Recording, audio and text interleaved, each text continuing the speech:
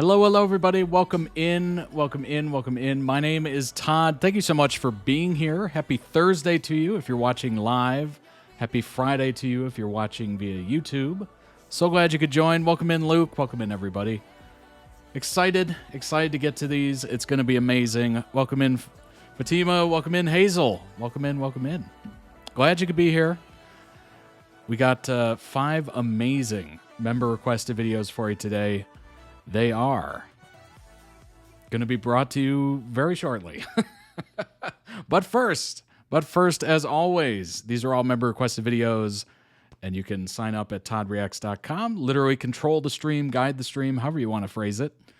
You are in control. So go ahead and check those out. And if you want to see what's coming up and to see if what you want has been requested, you can check out the queue on toddreacts.com. You can even scroll down here. You can see everything that's been submitted. And if you don't see something you like, just scroll all the way to the bottom and you can check it out. Welcome in, Hunter. Welcome in. And of course, the Todd Reacts YouTube channel. If you're watching there, go ahead and hit the subscribe button. I appreciate it greatly. Over 14,900 of you have already done so. There's 1,200 videos in that backlog. So there's a lot to catch up on if you haven't been there. And we have playlists as well. So you can check those out and enjoy those. If you're looking for something very specific, chances are there's a playlist of it. And of course, last but certainly not least is the one and only Todd Reacts Discord server. It is totally free. It's available everywhere. The link is everywhere. We do hold a monthly stream directly into the Discord. So if you want to join that, that is a great reason to join. Also, you could just hang with us. You could just join our conversations and start them on your own. It's midsummer in Finland, so no work tomorrow. Nice! Which means I can actually watch the stream live. Well, I'm glad you're here. We have a holiday here as well in the U.S., so I am recording this a day early. It won't be on YouTube until Friday, tomorrow. But, yes. So that's why we're doing it today, back to back. Feels like I was just live like 2 seconds ago, doesn't it? All right. Let's go ahead and run through that lineup, shall we? You do have work tomorrow, so I'm the opposite. Well, unfortunately, that is the case. Unfortunate. But welcome in, Sandwich. Welcome in. We're going to start off with Riverdale. We have a nice Riverdale compilation. And then after that, we have Pentatonix singing The Sound of Silence, which is a classic song. Started off Simon and Garfunkel, and then apparently one of them was just like, hey, you know what? That Disturbed version that, they sang, phenomenal. It's their song. So it's kind of like all over the place, but it's a really beautiful song. And then after that, we have 6 of Crows from Shadow and Bone, of course. But frankly, it should be 6 of Crows because they should have had a spinoff based off what I've seen. And then after that, we have back-to-back Dan and Phil, Dip and Pip, Dipper and Pipper, however you want to describe them. We have the terrible music video, which is, I have no idea what that's going to be like. That's going to be interesting. And then after that, we have Dan and Phil's top all or nothing moments. That should be very interesting. Very, very interesting. The cellist from Pentatonix is from my city. Wow. Small world, isn't it?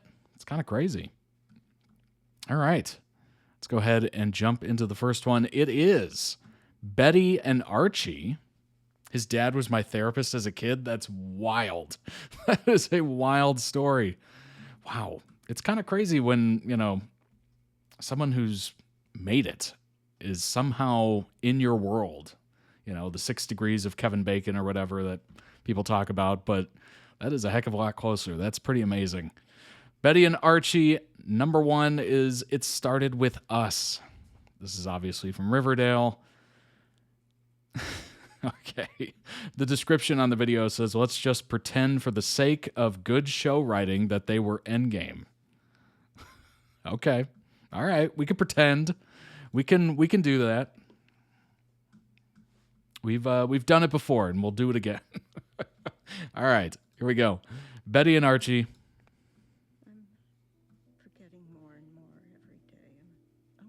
Back before I forget everything. I mean, it started with us, didn't it? A boy and a girl next door to each other. How many times have I looked out this window into Archie's? I mean, you guys grew up next to each other. Your bedroom windows literally face one another. Betty and I have been next door neighbors since we were 4. Been friends forever. We're not just friends, we're best friends. Is that all it is? Just... If I recall, in the end, the core 4 were one poly couple. Don't ask. Okay. I will not. Sometimes it's hard to Obviously, admit the things to editor yourself. here really wanted Betty and Archie. Just to be clear, we're... Friends.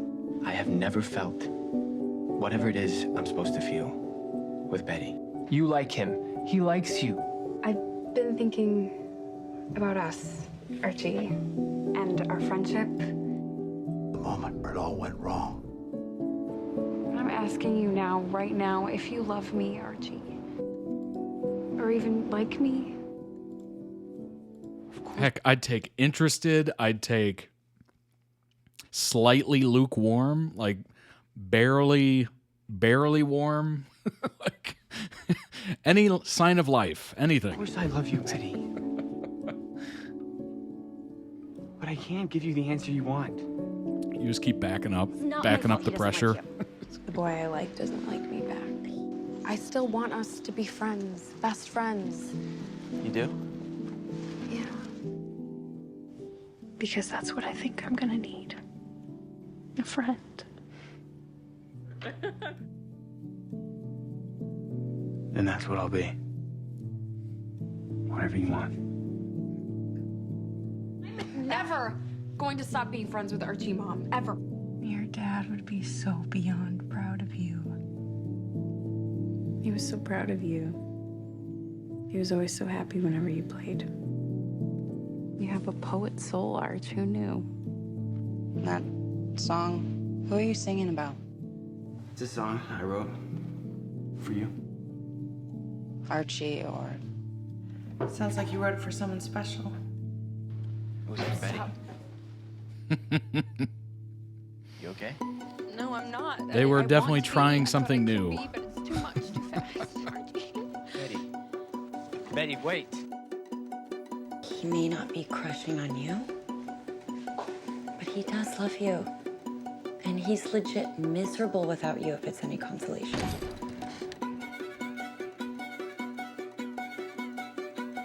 I think a part of me has been in love with Archie for 10 years. You know, I've always felt. But a little part of me always thought that would be you and me at the end of the road. We're both so lucky to have found the people that we were meant to be with. I'm trying to remember exactly what the showrunner said. It was something along the lines of they were literally just trying to, I don't know, like really kind of mess with it in a simple way of putting it. Really just put their own stamp on it, I guess. Off to a bowling league. Well, good luck. I am mildly okay at bowling. I'm definitely not good. If I hit 100, I'm pleased. I'm very pleased. It was like it was their destiny. When you kissed Archie, none of those old feelings came back, did they? You didn't feel anything, did you? Yeah, that was just pretend. I don't know, cousin. That looked pretty real to me. You and Betty kissed. I love Jughead. And you love Veronica, don't you? You were looking at Betty and Jughead wistfully, longingly, like you liked Betty. It looked like you and Betty were having fun at the dance. Could it ever possibly become something more? I don't know. But I do not want to hurt or lose Jughead. I don't want to lose or hurt Veronica either. More than most, Betty understood that we are made up of moments of both joy and pain. Come on, listen to me. Boy, I must have had some lame friend groups growing up because it was never like this, where all of a sudden the friend group was just, well, for lack of better term that I probably can't say, all of a sudden the friend group was just kind of like, you know, going for each and every person, basically. That was not exactly my friend group. I must have been lame as heck. No. Betty. Happiness and suffering. Darkness and light. I don't want my darkness to overtake you. You are so perfect.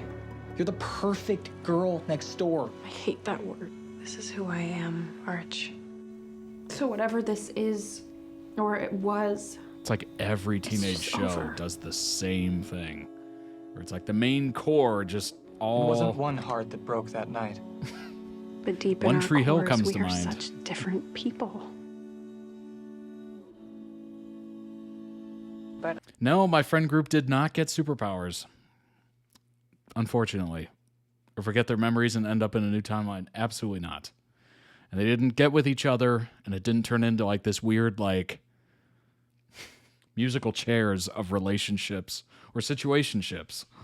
But I'm worried that we're just too different. That I'm too dark for him. It was two. Because Archie's this lit window in the dark, and I don't want that light to ever go out. I'm afraid that you'll look at me one day and decide you won't want to be with me because of who I am. That's not gonna happen, Betty. Well, you don't know that. But I do. A little self-sabotage there. A window of light in the dark.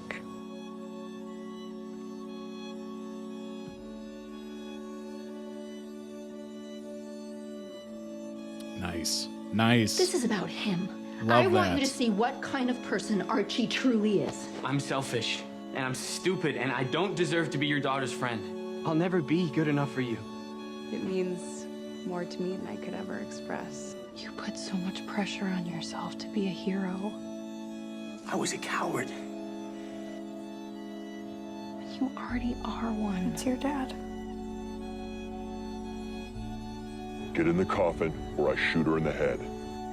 You may not trust yourself, Betty. Not much of a choice there. I might hurt you. But if you hadn't thrown yourself in front of me, No, Betty is not an option. This is not a game. This is Archie's life. You and Archie are getting close. but I don't want you to be Very afraid true. of hurting me. Very Arch. true. All you see is the darkness, Do you trust me? but I trust you. All I see is someone who, despite everything that's happened to I will her, say the some of the earlier, fought. some of the, I mean, the OC was kind of, We always have. it was full of drama and substance abuse and whatnot, but it wasn't, man, the one word I want to say, I shouldn't say, so I'm not saying it, but it wasn't as everybody you gets with can't everybody save else everyone. kind of situation. So it was a little bit more realistic. Sometimes you can just be scared. As a human, please, Arch, don't quit on me now. And I don't know how I'm supposed to keep going.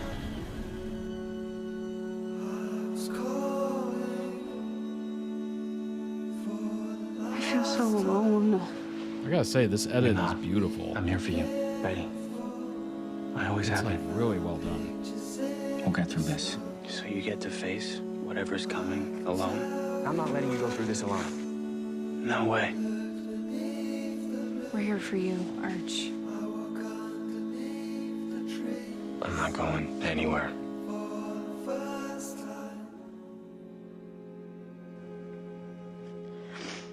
Not alone. Still with you. Been such a rock for everyone this year, especially for me. As a friend. Together. I need you with me. But that's all the more reason for us to be there for each other. I'm here, feeling closer to you than I ever have. Whatever happened, Betty, we're with you. Whatever it is, I think that we should face it together. Follow your heart. It's about following your heart, right? Betty. Betty.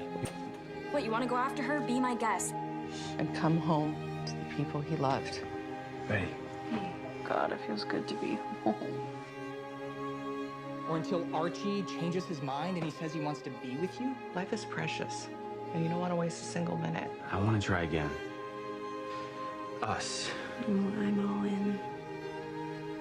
Me too. But for real. All in. Do you remember when we were kids and you asked me to marry you? She was like, oh, little Archie, we're too young. What are you doing? Marry me. Arch. Ask me again. When we're 18 and I'll say yes. And a boy looked out his window at the girl next door. As if for the very first time.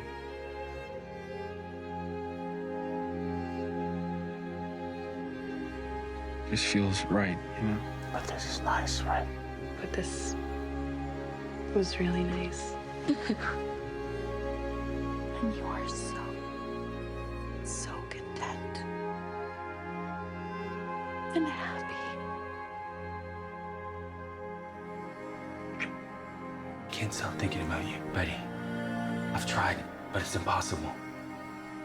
I can't stop thinking about you either. You supported me, you comforted me, you loved me unconditionally. More than a lover. I liked I've been thinking about my life and what I should be trying to do with it. and what I want. Seems like we have a definitive answer. But will you marry me? Yes. I'll marry you. There are thieves who rob us blind, kings who kill us. You weren't planning on leaving without saying goodbye, were you? I don't wanna say goodbye. I just don't. Innocent song. Tonight isn't goodbye. No worries, Rack. Welcome in.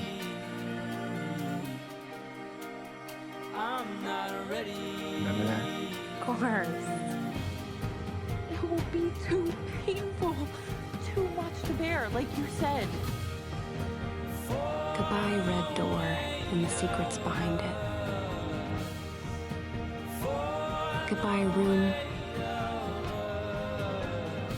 Goodbye, window.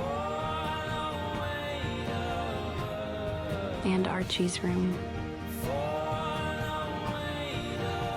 Goodbye, spin the bottle parties. Goodbye to music. Goodbye, Riverdale High. Goodbye to pep rallies and dances at the gym. Goodbye, lockers. I went ahead and pinned it. Goodbye, blue and gold. The new one, at least. And 4th of July camping trips. I haven't remembered that until now. Feels like I've known you my entire life. I feel the same thing. I'm moving towards the light.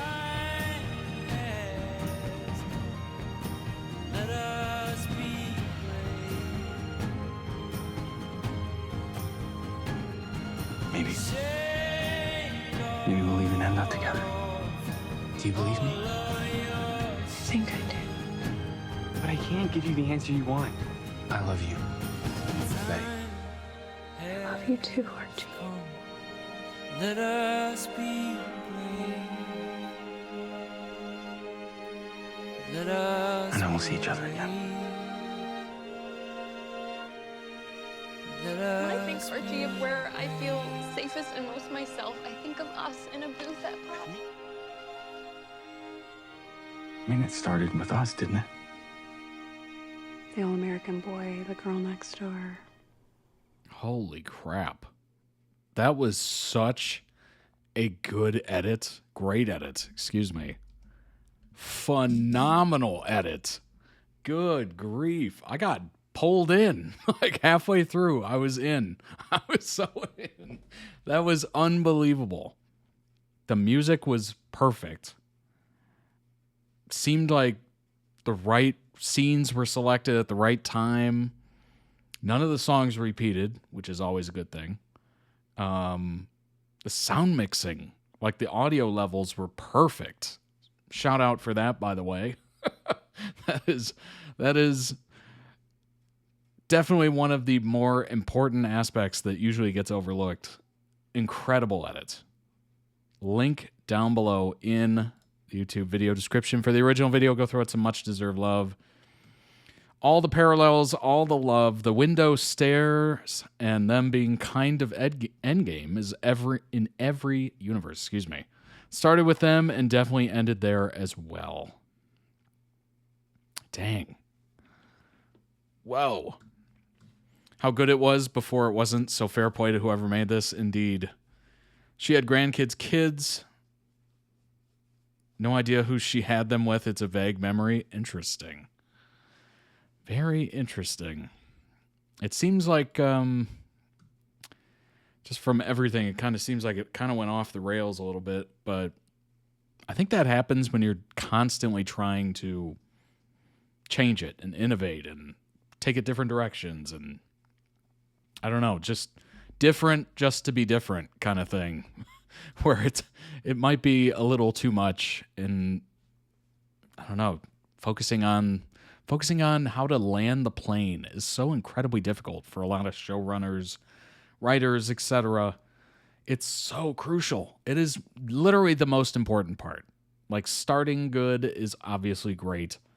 The middle part, not getting, too boring or losing people halfway through, is certainly important, but boy, landing the plane is so difficult, and it's crazy that they don't focus on it more. Like, the ending has got to be profound. The ending has got to shake people to the core. Whether it's good, whether it's bad, whether it makes you feel good or makes you feel sad or makes you angry or whatever, as long as it's intentional. Like, it shouldn't be so bad that it makes the audience angry in a way that you weren't intending it to be. Like, you really got to try to land that plane, and it just, oh my gosh. It's really difficult.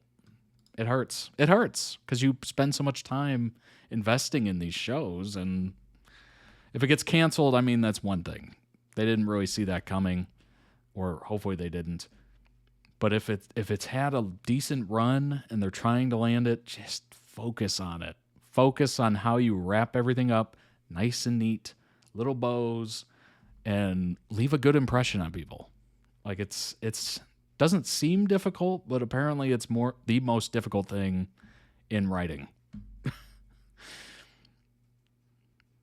Riverdale was also on the CW. It was giving CW Arrowverse when there was just too much. The Flash mainly. Gotcha. CW had a history of going off the rails in its bigger shows. It's just too bad. I wonder if that's because the writers got plucked and went to different networks or different projects or whatever. So they were just constantly dealing with, being a tinier channel, and maybe the writers proved themselves enough to get hired at bigger channels or whatever. I have no idea, but it just seems odd that you wouldn't focus on how to end this thing. 4 characters you see at the top bar on the wiki were the Polly. Oh boy. Archie and Betty. All you see is the darkness. All I see is someone who, despite everything that's happened to her, fought. And you're still fighting. And the fact that you've even worried about hurting me or anyone else, that shows what's in your heart. I love you, Betty. That's Archie to Betty. Relationship between Archie and Betty, commonly referred to as Barchie. I guess that's better than Archetti. That sounds like a cheese of some kind. I think I've had that cheese before.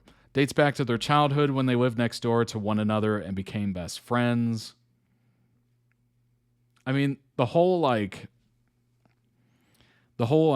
growing up next to somebody, it makes me remember that Taylor Swift video of honestly, maybe that's where it was based on, honestly, where she was looking across the way at somebody else in a window or whatever. It probably was. But it's just kind of wholesome. It's beautiful having this childhood friendship that eventually blossoms into like this lifelong romance or whatever. It's almost like it writes itself, frankly. It might be a, what's up, Willow? It might be a trope, I guess, but it's an adorable one. It's an adorable trope. Archie and Jug stayed platonic, but the girls and Jug each other, and Archie, yeah, not so much. I only watched the final few episodes of the final season. It was like, what?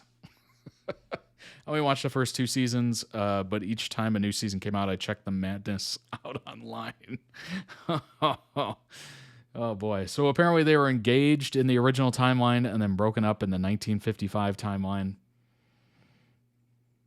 Look at how long this history is. Oh, my gosh. They've been friends since they were 4 years old, and as the years passed, Betty grew to harbor romantic feelings for him, which she dared not reveal.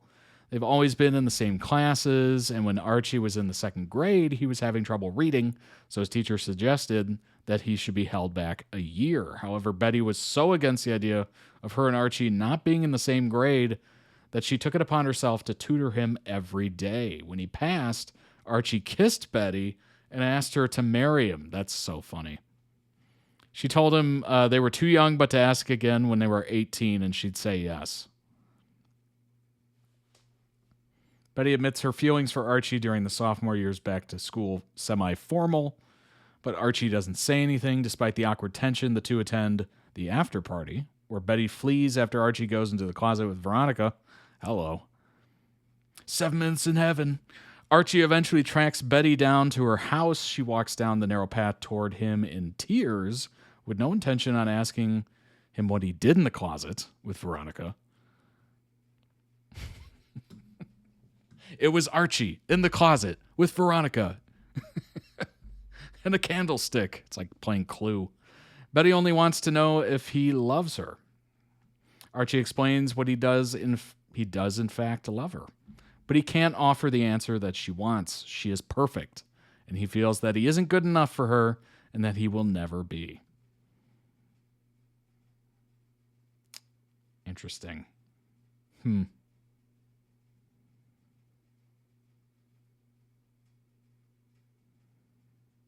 Very, very interesting. You Belong With Me as a music video? That's it. That's it. Very, very interesting. Let's see. I want to check out, let's see. I want to look at.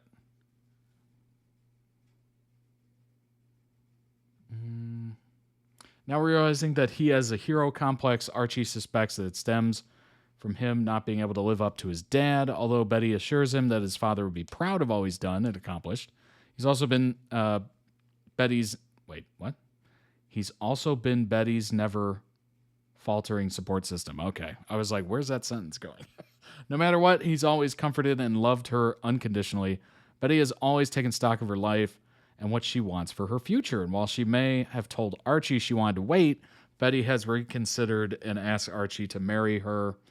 He accepts, and they kiss just before getting a message from Veronica, who comes up with a plan to use Cheryl to destroy the comet. Though it comes at the cost of their powers, and while she's successful, Archie and the gang are sent to the past. And that's when things went haywire. Oh my gosh. Your dad would be so beyond proud of you. You've been such a rock for everyone this year, especially for me. You supported me. You comforted me. You loved me unconditionally, so thank you for that.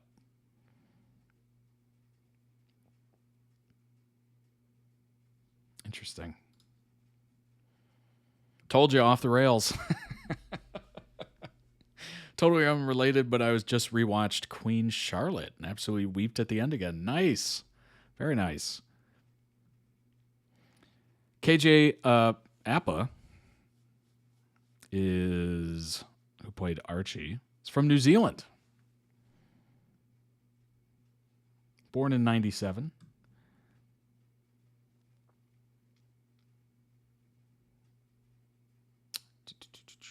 Let's see. 2016, he was cast as Archie in the CW drama series Riverdale. after a 4-month worldwide talent search. Wow. That's a long talent search. 2024 hosted his first art show in LA. Cool.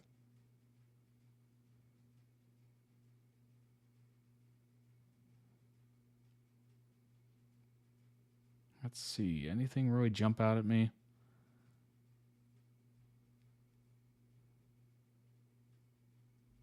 Not really. Lily Reinhart played Betty, of course, Riverdale. She also starred in the crime drama film Hustlers and the romantic drama film Chemical Hearts. Oh my gosh, that's right. Forgot about that.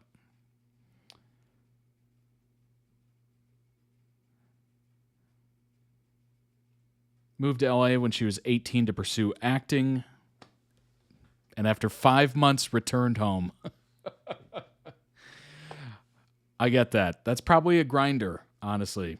A lot of people move out to LA to become actors and whatnot. It's a tough one. You got to deal with a lot of rejection and whatnot. Guest starred on Law and Order Special Victims Unit. Bunch of different stuff.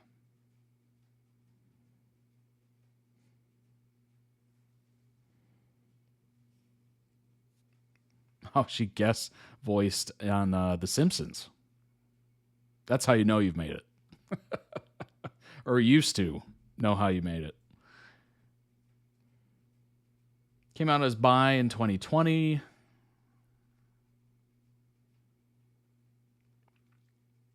Diagnosed with depression at age 14. 2025 revealed she was on antidepressants and struggles with ADHD.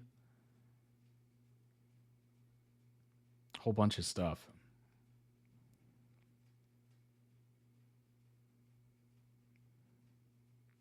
Let's see. What has she been into lately? Oh, she was an Angels recruit in Charlie's Angels. Gotcha. That recent one.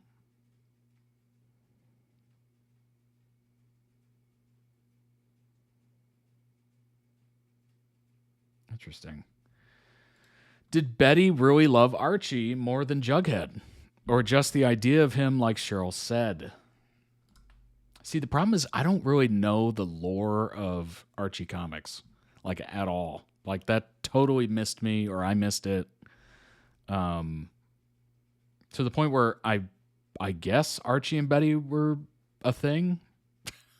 Like, I literally had no idea what this frankly was about, but after I started reading more about the show, I'm like, oh, this is not what the original comics were. Betty loved both of them at different times in her life. Just because you fall in love with someone else later doesn't mean the love you had for someone else is any less. Same goes for Archie. Although I don't really agree with the idea that Betty loved Archie more than he loved her. Betty was the one who ended things after the kiss, not the other way around. Archie writing a song for Betty was probably a bigger betrayal to Veronica than anything Betty ever did to Jughead. Honestly, I think the answer is she loved them both at different times in her life, in different ways, rather than she loved this one more. However, at this particular point, I think Betty had started to outgrow her relationship with Jughead, because I think the type of love Bughead had was very high school first love. Betty cheated on Jughead with Archie. She never cheated on Archie with Jughead. Done. Case dismissed. In the beginning, she loved Jughead, but her love for Archie never came out of the blue. That is a hilarious way to put it. Very simple. That's really everything you need to know there. She just did a movie with the actress who played Belly in The Summer I Turned Pretty. Really? She's in the adaptation of Love Hypothesis, I believe. It's a very popular romance novel. It comes out in September. Nice. Honestly, the Archie comics never interested me. I disliked the universe. The show burnt those bridges. What, the show didn't really get you into the comics at all? Oh man. Honestly, yeah, I've never been much of a comics person. I don't know why. Which is weird because I enjoy superhero stories and whatnot. But I don't know. I would check out like the Sunday newspaper comics, which definitely dates me. Simple stuff like Garfield and Dilbert and I don't know, just stuff like that. Very simple, very simplistic, one panel or a couple panels. Nothing too crazy. Thanks for the follow. I appreciate it. I've never even heard of the comics before the show, but then again, I was never a comics girly. See, I definitely heard of Archie before. I don't know why or how. I never read the comics, but I don't know. Yeah. Didn't really hear about it. Didn't see anything really. I love DC Comics, and I have the Umbrella Academy comics. That was the source material for the Netflix show. Right. I don't know. Just never was big into it, but I definitely know that it was a bit of a departure, or maybe there was a bit of a shift in the Archie universe, if you will. Probably in the 90s, I think. But that's what I've read so far, basically.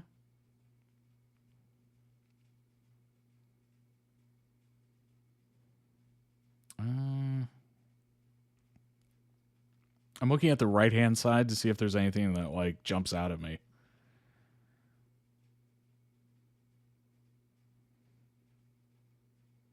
Archie is the worst and Katie deserves better. Who is Katie? What is happening?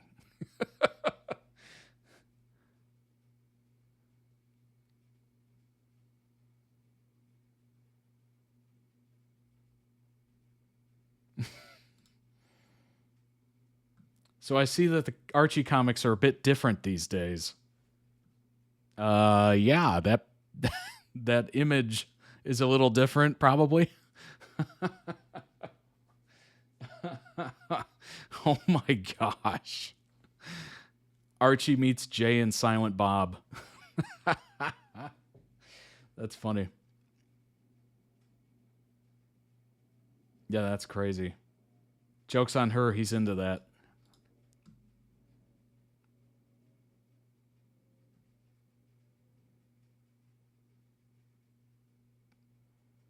That is interesting.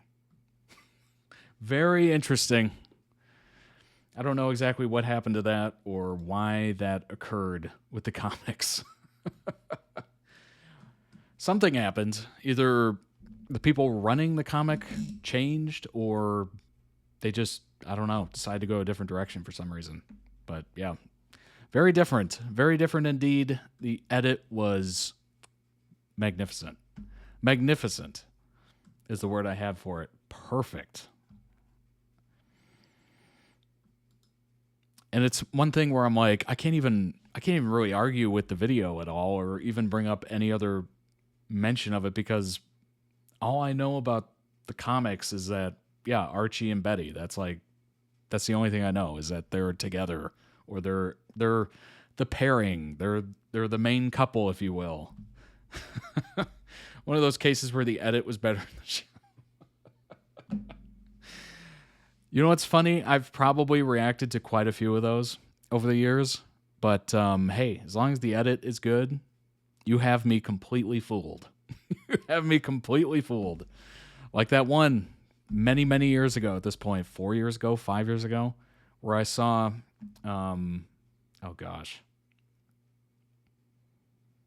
where I saw two characters of the Vampire Diaries that were literally not in a couple. But through the edit, I thought they were together because they seemed very connected. They seemed very in love. And everyone was just like, no, you are incorrect. That is a lie. That is a ship. That is a ship that many people have not thought of. And I'm like, oh. No, it wasn't Klaus and Caroline. It was, oh my gosh. Why am I blanking on these names? It's been a few years. It's been a few years, and it's probably been a while since I've reacted to them, frankly. Oh my gosh. Oh boy.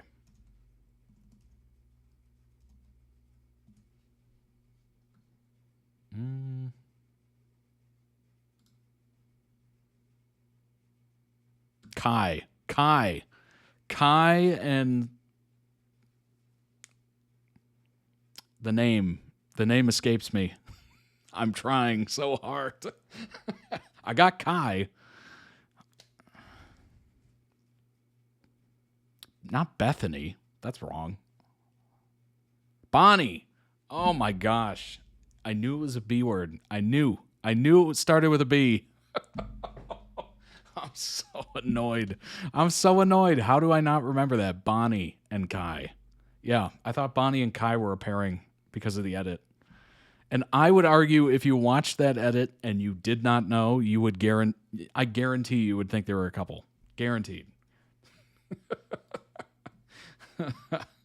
Kai getting shipped with anyone is problematic. Yeah. Yep. All right. Let's move on from that. That was embarrassing. Sound of Silence. This is Pentatonix live stream at the Hollywood Bowl 2022. And I'm going to pull up the thumbnail, and you're going to be like, that is the funniest, massive jacket I've ever seen in my life. It kind of reminds me of that Kanye West music video with like the big shoulder pads or whatever. There you go. Kai doesn't know the names either. Right. He calls everyone the wrong name on purpose. That's funny. Sound of Silence, Pentatonix, live stream at the Hollywood Bowl 2022, and we're off. Hello, darkness, my old friend. I've come to talk to you again. Because a vision softly creeping left its seeds while I was sleeping. And the vision that was planted in my brain. Oh, I did do the music video. I was like, this sounds familiar for some reason. Within the sound of silence. To be brutally fair, though, this is live. Like, those are open mics. So I give this so much more, I don't know, kudos, I guess. In restless dreams I walked alone, narrow streets of cobblestone. Neath the halo of a street lamp, I turned my collar to the cold and damp. When my eyes were stabbed by the flash of a neon light that split the night and touched the sound of silence. Totally agree. And in the naked light I saw 10,000 people, maybe more. People talking without speaking. People hearing without listening. People writing songs that voices never share. And no one dare disturb the sound of silence. Of silence. Of silence. For said I do not know. Silence like a cancer grows. Hear my words that I might teach you. Take my arms that I might reach you. But my words like silent raindrops fell. And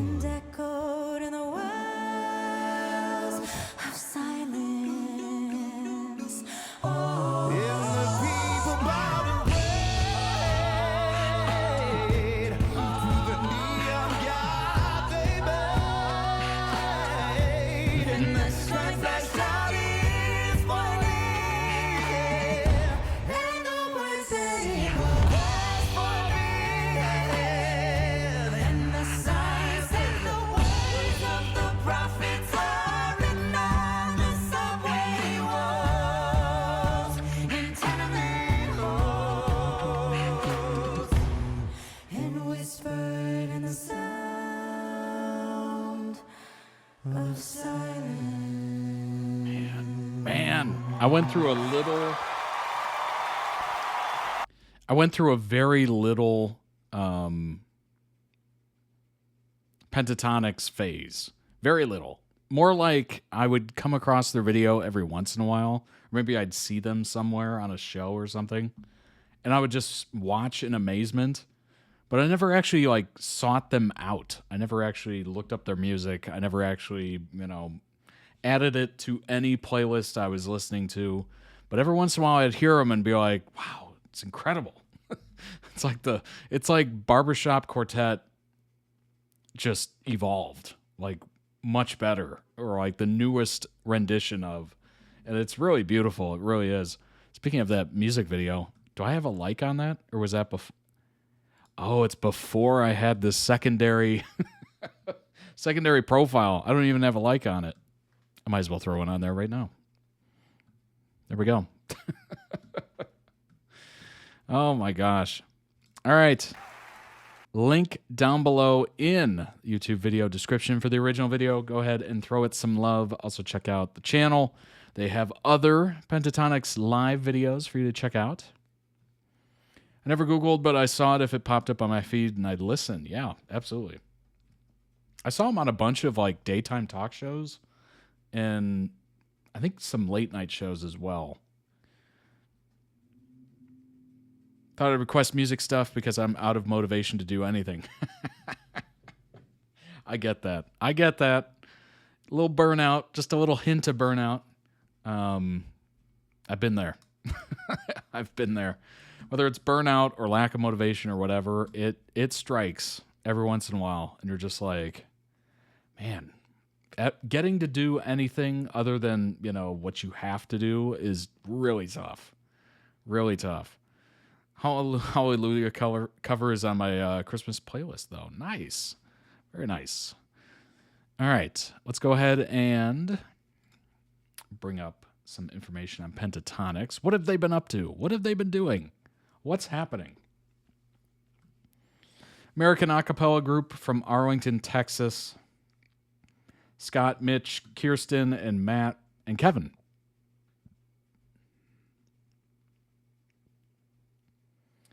Formed in 2011 and subsequently won the third season of NBC's The Sing-Off, receiving $200,000 recording contract with Sony Music. With Sony's Epic Records dropped the group after The Sing-Off, the group launched its YouTube channel. That's crazy, by the way. Wait a minute. So they won a recording contract, and then Sony's Epic Records dropped the group after the show. What? What happens? Launched its YouTube channel, distributing its music through Madison Gate Records. Interesting. Label owned by Sony Pictures. Who even knows?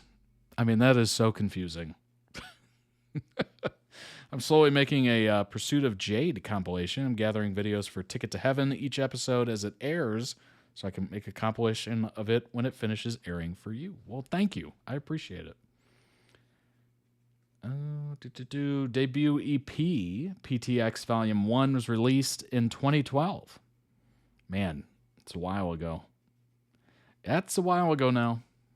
Good grief. They have almost 21 million subscribers on YouTube. Almost 7 billion views. Third Christmas album, Pentatonix Christmas, in 2016. 2017, Avi, the group's original bass, left the group and was replaced by Sally. Or I think that's how you say that. I have no idea. Who was included on their album Pentatonix Christmas Deluxe.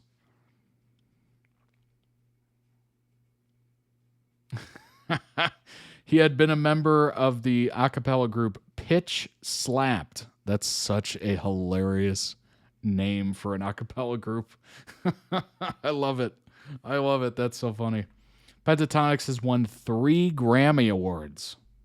They were the first a cappella act to win Best Arrangement, Instrumental, or a cappella doing so in 2015 and 2016.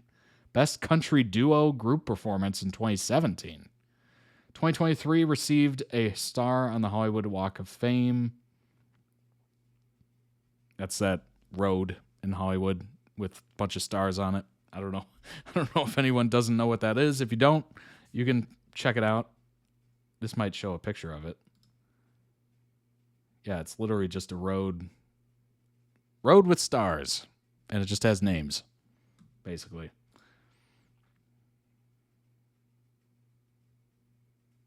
It began with Kirsten and Mitch and Scott, who grew up together and were schoolmates at Martin High School in Arlington, Texas. So they've been together for a long time. For a local radio show competition to meet the cast of Glee. Whoa, shout out Glee. I didn't realize there was going to be a connection there. They arranged and submitted a trio version of Telephone, the hit song from Lady Gaga, of course, featuring Beyonce. Despite losing the competition, their singing sparked attention at their school, and they began performing. Their version of Telephone subsequently gained attention on YouTube. I love hearing like really popular acts that got rejected earlier on. Like Luke Combs was on The Voice and never made it to the show, basically. Now Luke Combs is like the biggest name in country music of current day. It's kind of crazy. I actually really enjoy that because it's coming over, some sort of obstacle that you originally had. And it just seems so funny because it's like, wait, that guy didn't win The Voice? His voice is incredible. He can sing like crazy. What are you talking about? I feel that's pretty common when an artist wins a singing competition show. Yeah, probably. Never given what they need are dropped. Yeah, it's unfortunate. Very unfortunate. Holy pop-ups. All about the Pentatonix members' partners. The group has become become kind of like a family over the years, and that family is expanding as many get married and have kids.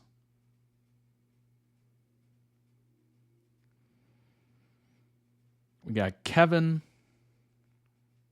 married to Lee Weissman, I believe. Met through a mutual friend, tied the knot 2 years later. Wow. Okay.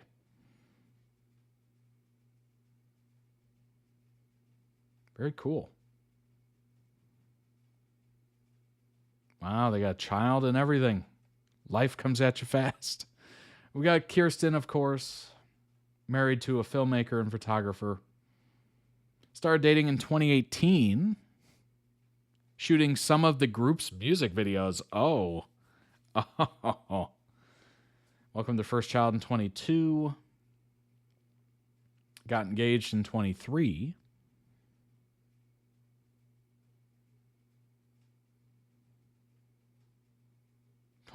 Got married.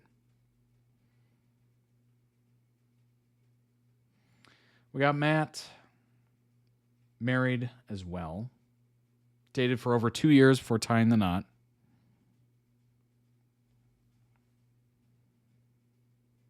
Oh, she graduated from law school. Congratulations. 2024, expecting a baby girl. Obviously, they've had that baby girl by now, I would assume. Scott, married to Mark. Couple met in 2017 at a friend's birthday party. Love at first sight. Popped the question in 2022, a couple years later. Tied the knot in 23. We got Mitch. Keeps his dating life private. Well, there you go. Doesn't talk about it. And hey, I totally am A-okay with that. Pentatonix friendships and harmonies.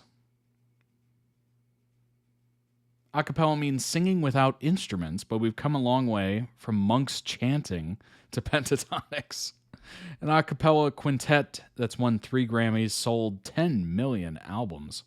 YouTube fans have played their videos more than 6 billion times.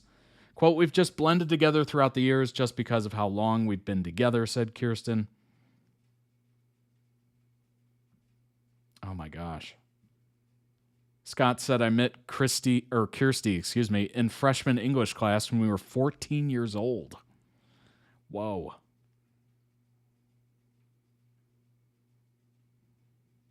That is amazing. Our different timbres make such a specific sound when the frequencies of our voices come together. Like they all play such a vital role. When they're all together, it feels like this hug. It's really magical, actually.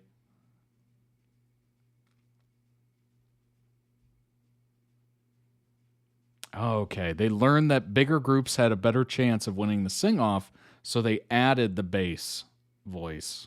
Gotcha. And wanted to add a beatboxer. We literally went on YouTube and typed in beatboxers.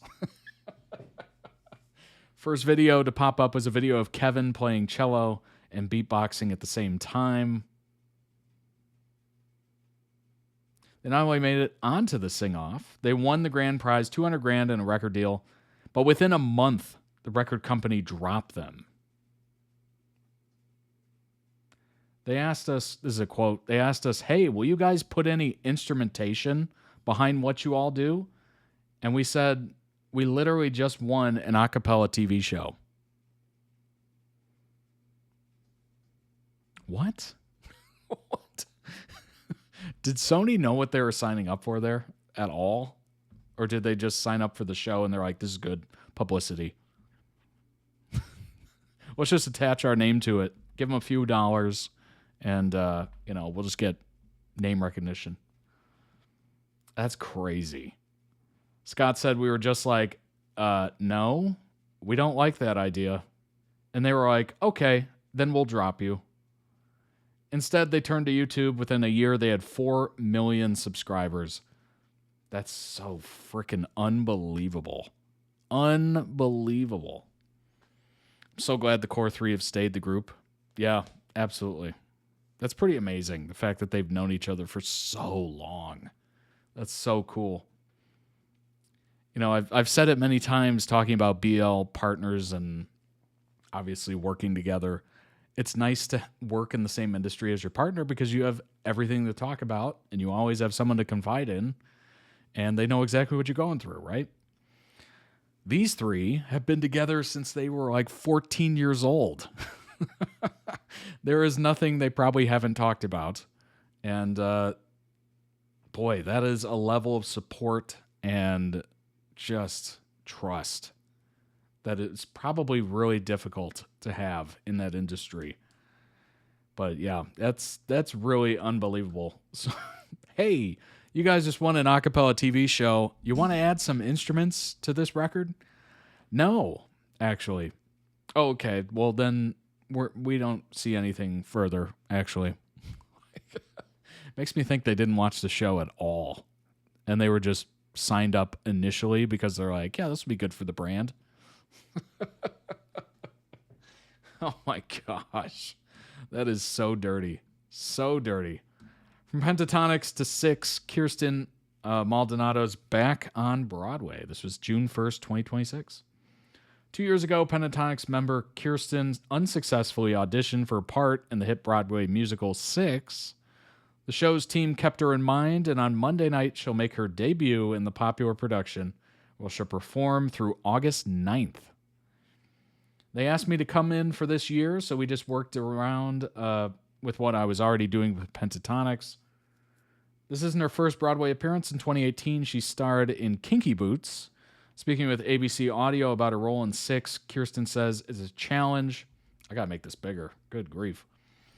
It's a challenge in a really, really beautiful way. And I just think that the story is very important. It's all about highlighting voices that maybe hadn't been heard at the time. The show tells the story of 6 wives. We've reacted to it here, of course.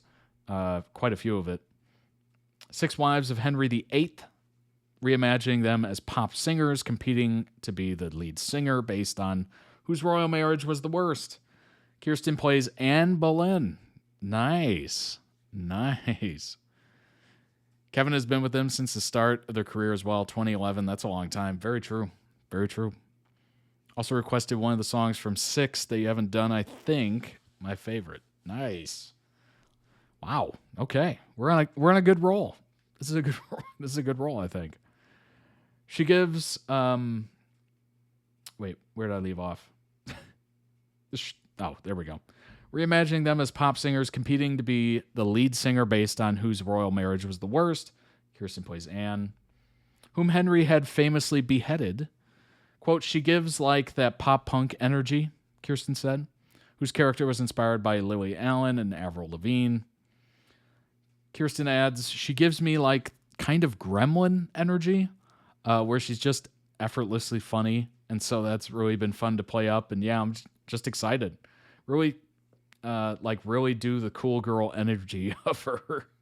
And just like her previous Broadway stint, Kirsten says the community gives good energy and good vibes. I had such a wonderful time at Kinky Boots, she says. And I was like, the experience is just so like immaculately lovely in my head. And I wonder what this will be. And like the second I was here, I was like, okay, I love everyone. This is so fun. It's already amazing. That's awesome. That's going to be a lot of fun. For sure. That's going to be super fun. Those 6 songs are impressively good. Impressively good. I expected someone else for Kirsten, not Anne. It's going to be fun. I mean, it is the beheaded role, so it'll be interesting. Information before we watch about the 4 of 6 of Crow links. One is about the impact of these fan favorite characters in the spinoff that was originally greenlit but canceled when the main show was. This article, I think, was before the cancellation when season 2 dropped. The other 3 links were about the other 3 couples that make the backdrop of our found family of misfits. She just has a bigger voice than what Anne needs in the musical. Interesting. Well, maybe she'll kind of curtail it a little bit, I suppose. I don't know. Maybe that'll be a nice little test of her and, her flexibility and being able to perform. It's kind of, I almost would think of it like a comedic actor who goes into a drama like Adam Sandler. I know that's crazy person to bring up, but when he did Punch Drunk Love or something like that, or Uncut Gems, that was quite the departure of what we've known him as. So I'm assuming it was a nice little, exercise in, can I do this? Is this something I can do? Can I do it again? Kind of thing. So maybe for Kirsten, this will be a nice little departure from her last role, potentially. I don't know. Should be good. 6 is seemingly an amazing production, really. So it should be quite the honor and the spectacle, I would say. I just meant that they wouldn't have given her the other queens because she has the voice for it, but maybe she chose it and wanted to do Anne. Maybe. I don't think it really hinted, unfortunately, as to what direction she wanted to go.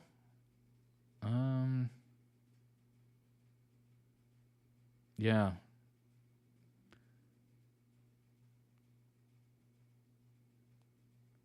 I don't know. It's probably not in her hands to select what character she's in. I'm assuming that's some director or whatever. But hey, I would say she's probably pretty honored and she's looking forward to it. And it's probably a fun little exercise too. Learning the character, becoming involved in it, trying to figure out the right energy, the right inspiration, the right sound. Basically what I hear from a lot of interviews of actors and singers and whatnot, well, singers, Broadway actors, is a lot of the fun that really goes into it is the lead up to the actual product itself. They're constantly thinking of trying to get into the headspace, and they're like, what is my inspiration? If it's based off an actual person, like how do I portray Anne? Like there's not a lot of like written Like, there's no, I mean, maybe if there's a diary you can get inside her head, or maybe if there's like, I don't know, some like written account.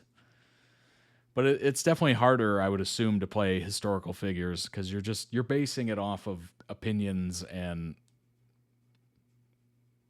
third party like descriptions. Like that would be super hard, by the way, I would think. To be fair, all the people that have played Anne have had amazing voices too. It's just the song isn't made for belting.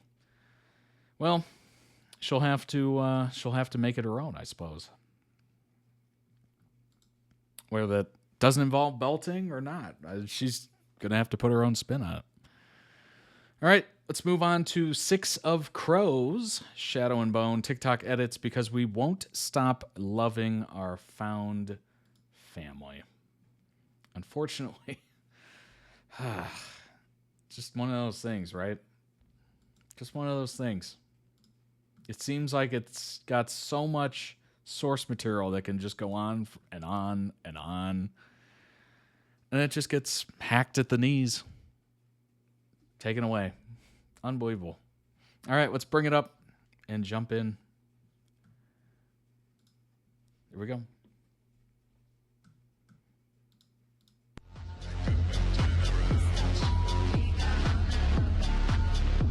What business?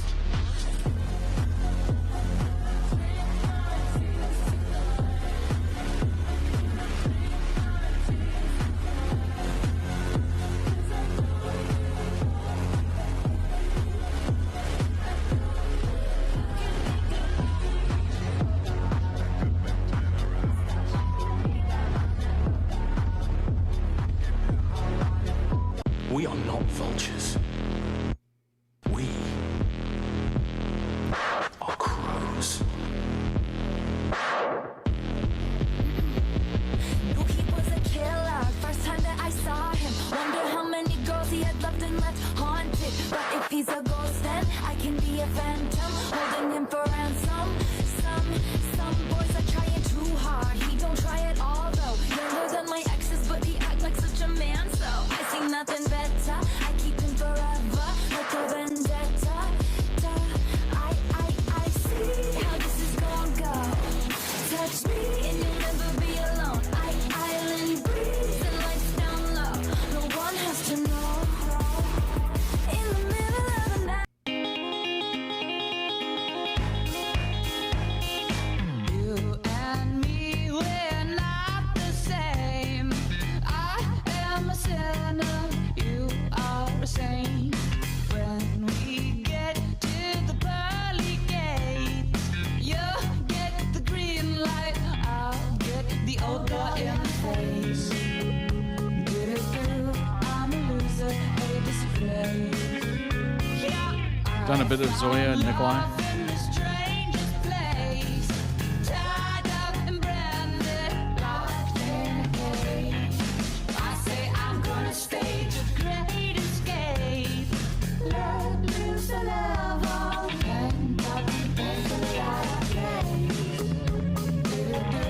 I'm a loser, a disgrace. You're a beauty, a luminary in my face. I've been a puppet, a pauper, a pirate, a poet, a pawn and a king. I've been up and down and over and out. And I know one thing.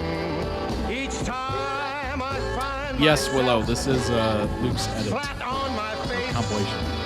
I pick myself up and get back in the race. That's life. What Crime we never got, People that Matthias. trains are evil.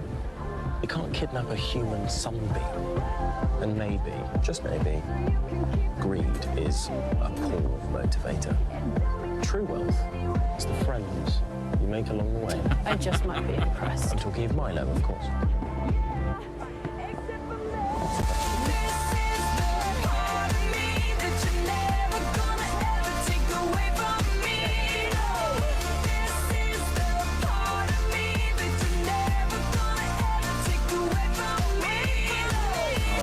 What bound them together? Greed, desperation? Was it just the knowledge that if one or all of them disappeared tonight, no one would come looking? It was Jasper who spoke first. No mourners, he said with a grin. No funerals, they replied in unison. The barrel doesn't belong to kings. As just an outside observer and starting to watch a few of these Six of Crows edits and whatnot, the compilations, I was like, oh, this is a good show. This is going to be really amazing. To learn again that it was part of a different show, I was like, what? This is like a whole show of itself. Excuse me?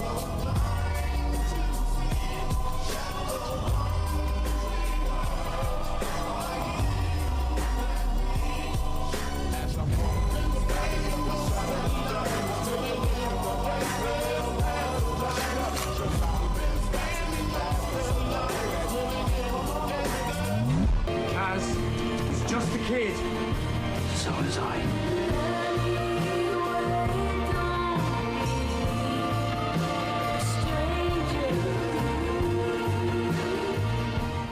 Dinesh was wrong about one thing. He knew exactly what he intended to leave behind when he was gone. Damage.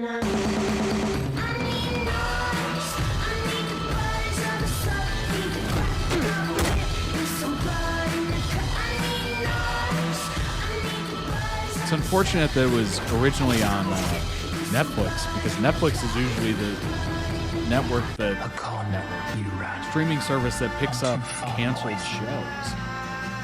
So it's like, where does it go after that? I promise to replace the only thing I can think of is like Amazon. But Amazon's so quick to axe things as well.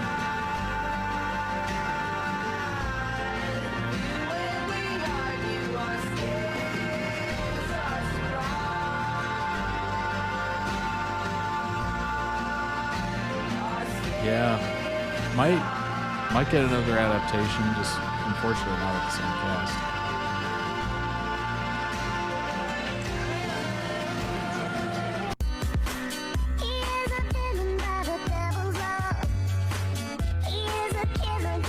What's kind of interesting about him is he's got kind of that Bill Skarsgård like face to him. I don't know. For some reason I look at him and I just think of Pennywise.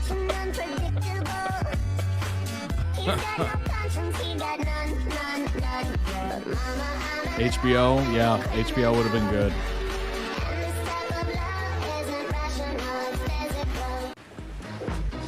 The sissy's price is blood.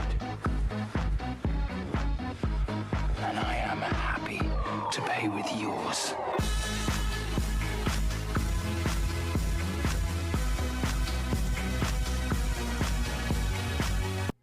She remembered the first time she'd seen him at the menagerie.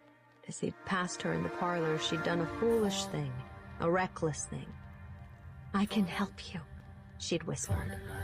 The next morning, she'd been called to Tanta Helene's parlor. She'd been sure another beating was coming. Parlor, huh? But instead, Kaz Brecker had been standing there, leaning on his crowhead cane, waiting to change her life.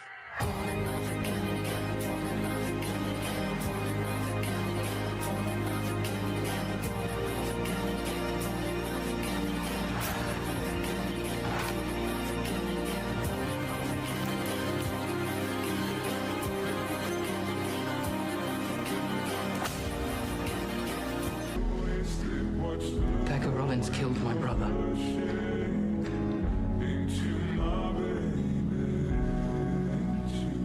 Then we destroy him. This was the first cut, Rollins. If you ever think about coming back to Curse Town, we'll meet again, so I can make the second. I Wraith would counsel mercy. But thanks to you, she's not here to plead your case. Whew. Is it hot in here, anybody? Good grief. Tension you can cut with a knife.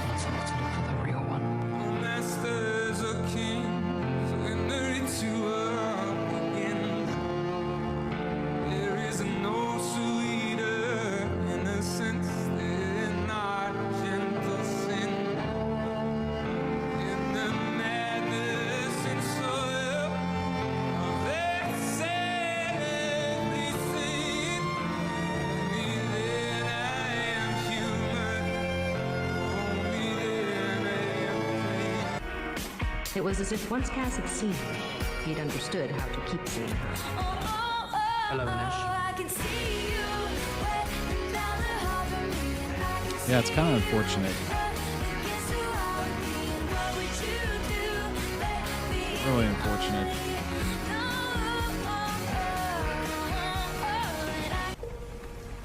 She isn't like you. No one is. It'd be kind of interesting if Ever watched over me. they brought back shows that they originally canceled. Not like you have. Almost like an Keeping oopsie. my promise to you. Like now that we have the time, now that we have the budget, now that we don't have a ton of original content. Covers it. I need you. As the norm to protect you. Lee. Kane. Not until this much enough to look like real. I didn't know where you were. I didn't know if Pekka had hired another assassin to kill you. I didn't know if you would. There are those who drown us. And those who pull us out. You've been looking for my family. How long? My brother is never coming back. You still can. Stay. Stay in Canada. Stay with me. And what would be the point? I want you to.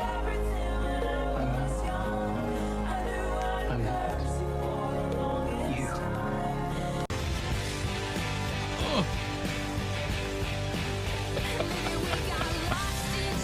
Woo! This isn't freedom. See anything? I couldn't leave you.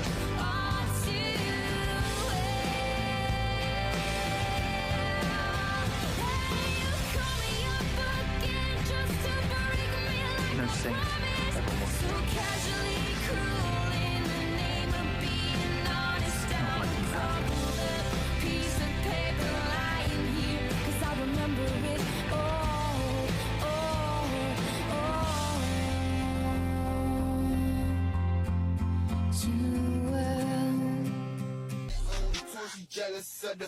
Hello, Anesh. What information do you have for me tonight?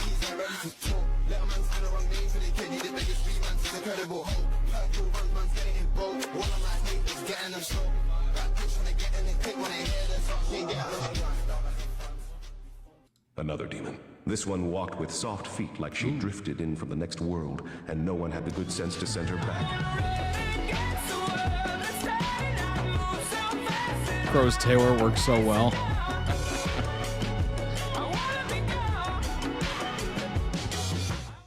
So you belong to our boss. He gets to kill if he likes. No one gets to do that. The question is if I'm going to waste my prayers tonight after glutting you. No.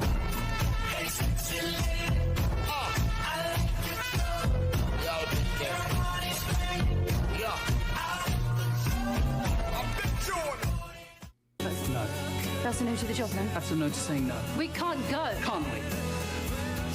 I can't go.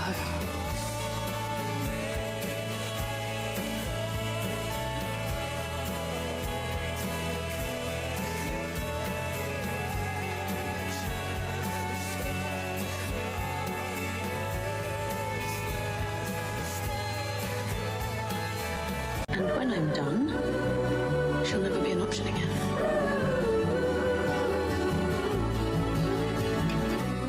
You can't catch me now. I'm coming like a storm into your town. You can't catch me now. I'm higher than the hopes that you brought down. You can't catch me now. I'm coming like a storm into your town. You can't catch me now. I'm higher than the hopes that you brought down. How did you get past my guards? You call those guards? You killed them? I didn't bother. The only window is barred. I am the Wraith, Rollins. Do you think bars can stop me?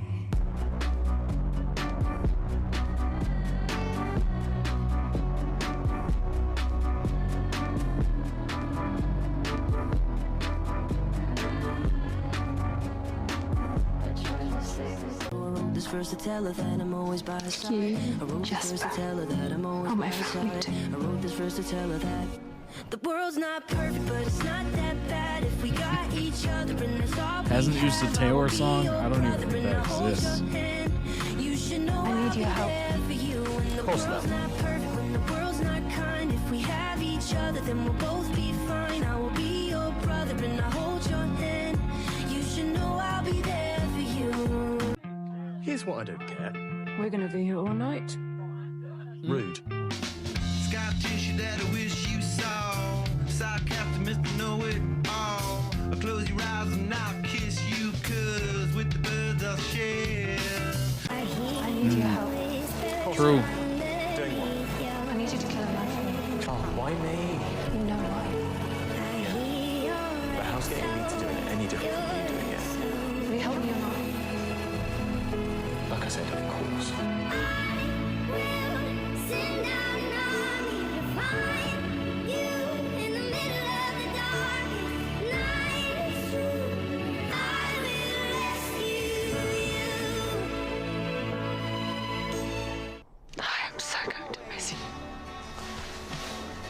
Oh, yeah.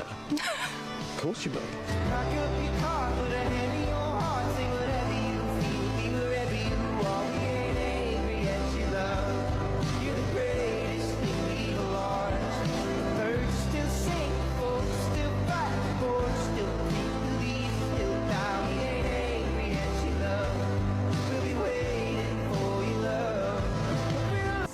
Inez, Jesper crowed.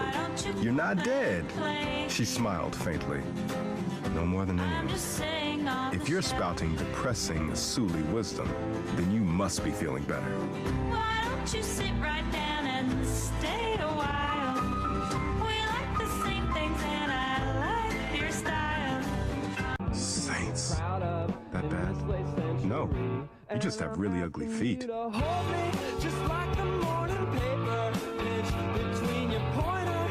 Sorry, what?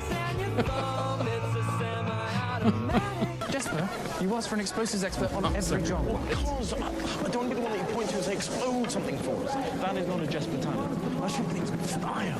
And I look good.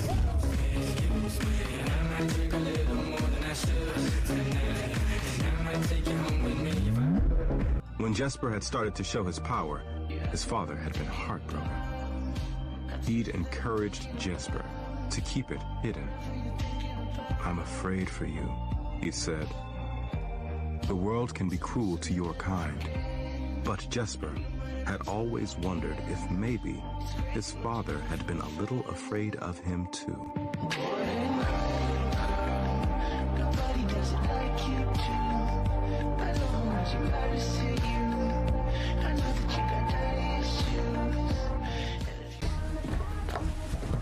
You look fine. Oh, I look more than fine.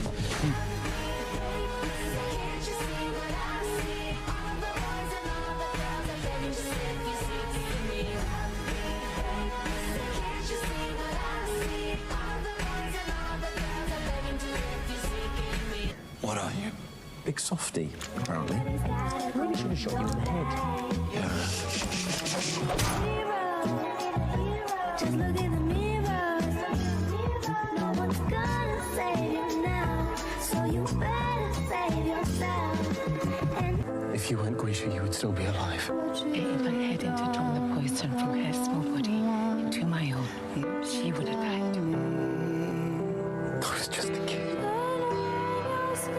The thing that I don't understand is why you keep this big secret. You're Zemini. Zemini believe that Grisha powers are a blessing, so why do you hide it? Because it's not a blessing, it's a curse. And you have no idea what it's cost me. And it would be a shame to waste the talent of any jurist. Hiding who you are won't save you. I don't want to hide who I am in you. Let's go out with a bang.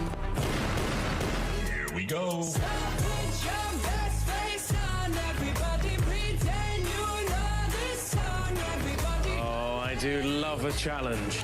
Let's go out with a bang. I wasn't expecting you. You up? I left because I assumed that's what you were going to do. Predict what might happen between us. But I can tell you that I'd like to find out.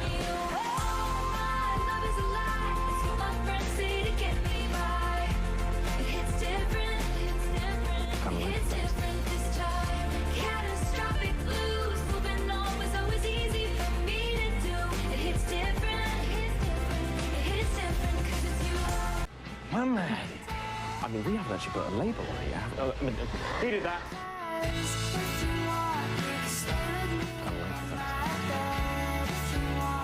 Actually, you're walking away for dramatic effect. Can't wait for that. Actually, you're walking away for dramatic effect. Thank you. This isn't your fight, you know.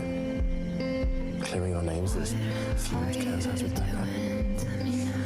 Just for saying. Are you worried about me?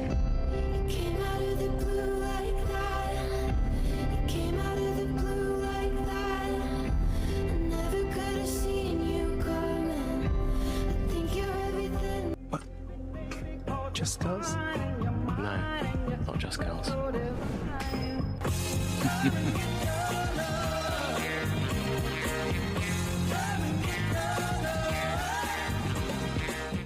We have met before, haven't we?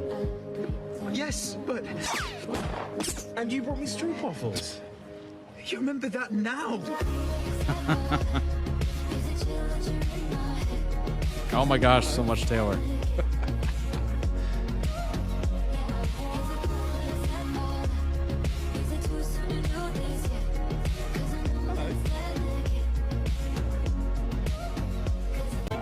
What is it open? This room. Should have counted right.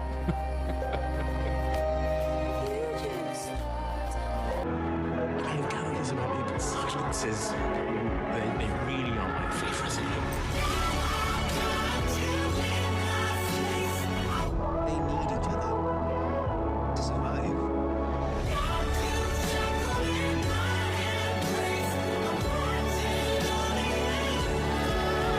Besides, Wylan isn't just good with the flint and fuss. He's our insurance. Against what? Asked Nina. Meet Wylan Van Eck, Jan Van Eck's son, and our guarantee on 30 million Kruger.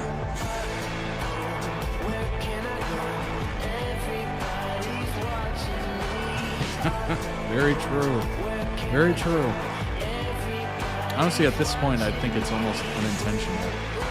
Some video will happen.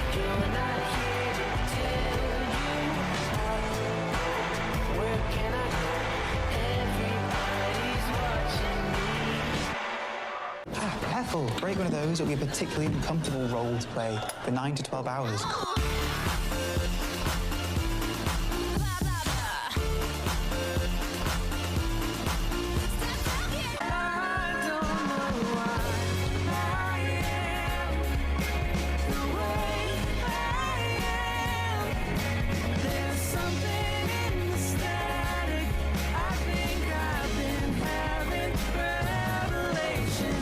Oh, you know, it's only the most perfect example of symbiosis.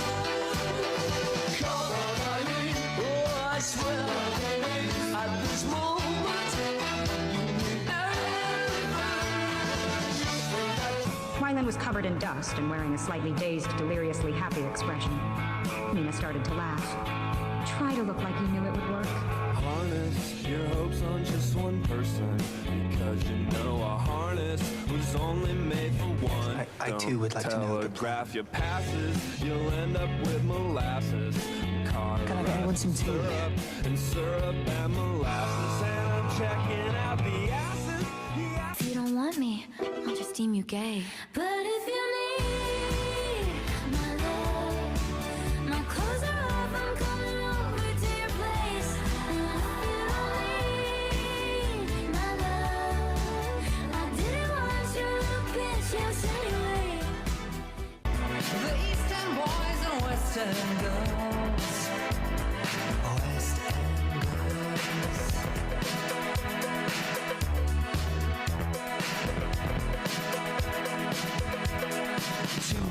You're here. With the new Heartrender. Nina Zenik, at your service. Nina Zenik? That's a reaction. Is there a famous Nina Zenik that I don't know? Should do just a Taylor compilation with my favorite ships. Now that would be interesting.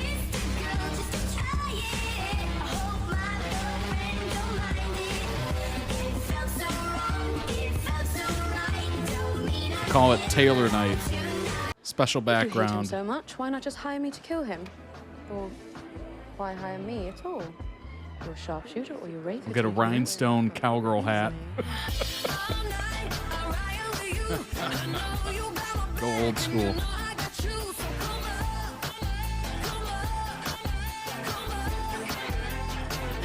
Call it the eras. Because me and my slab of fur will be far away, off the map, deep in love.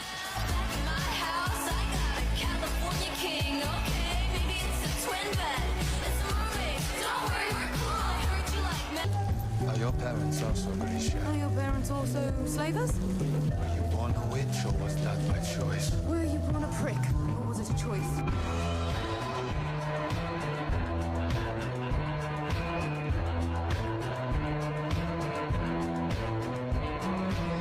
It's not part of your purview, Heartrender. You're right. But I tend to have opinions, and here's one. Anger clouds judgment.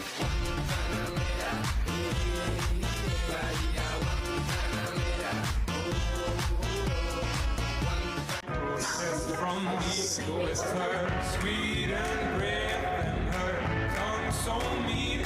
She's the angel of small death and the door being seen. How do you pronounce sexy? I personally pronounce it as Nina Zenik. So it makes a cameo a few times. Is Twitter down or is my internet terrible? I am not logged in on this computer at least. There must be a place where we're not just Grisha and Driskella. Somewhere beyond Ravka? Beyond theater? A place where we're just Nina Zenik, Matthias Helldorf. Hosier? I saw him live at a festival. Wasn't the right venue, really, for Hosier music. It was like the middle of the day. You're scared. Sun was out. It was just beating Laugh at my down. jokes or answer my questions, you might start to think that I'm human. Yeah, his music. That I was don't so know. terrible. I was looking for more like upbeat, like crazy party music for some reason. I think it was just the vibe of the festival. It was still good though.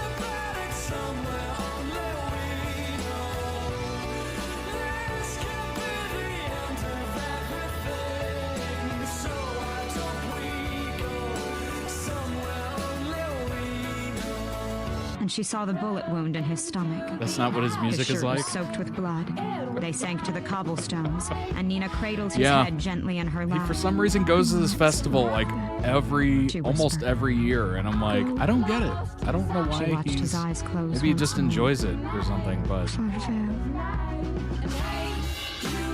Don't you think it's kinda cute that I right inside I will your say arms this. I will say this. As I was waiting for Labyrinth to start, because Labyrinth was at a different stage, as soon as Take Me to Church came on, everybody turned around and started singing it.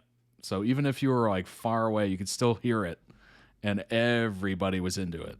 It was just kind of hilarious how we were at different venues, at different like stages or whatever, and then everybody's just like singing at the top of their lungs, "Take Me to Church." And after I have died because it was in your arms I I feel nothing about you.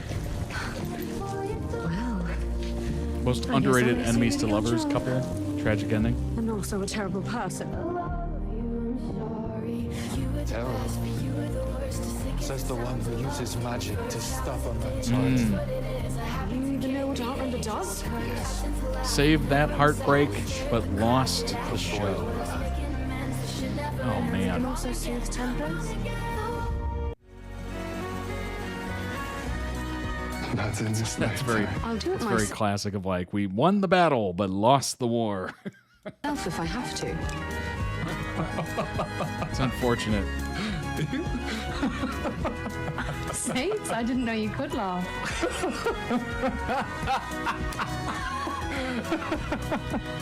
I've heard all the bad news and bad reviews, all the friends trying to save me. Well, I cut them loose, 'cause I refuse to be wrong again. And I can't lose another boy that's not even my boyfriend. Still, I choose to be in love with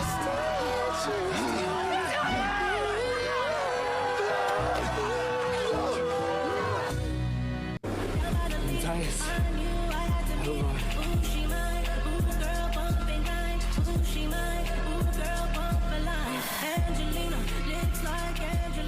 Hear the wolves howling, but this time he knew they were welcoming home.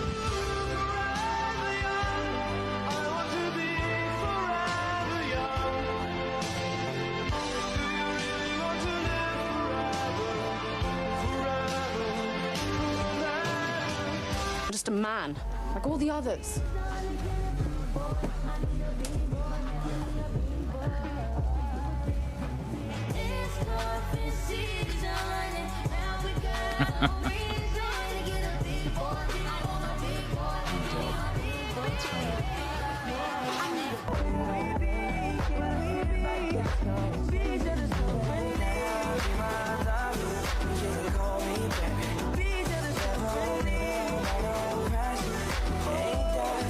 We went from witch hunter to lovers to Nina in the last books, returning him back to his home to be. Ouch. Ouch.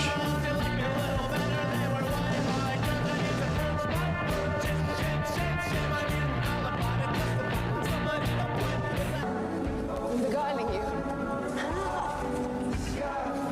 Stop it.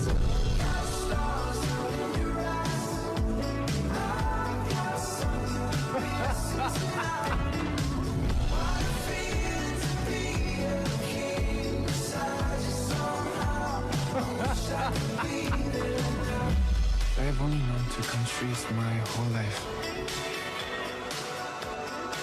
Yours and mine. At least we end up having a normal happy life. The hate you feel. It's poison. Cassie I Nez can is drink it still alone. Cassie.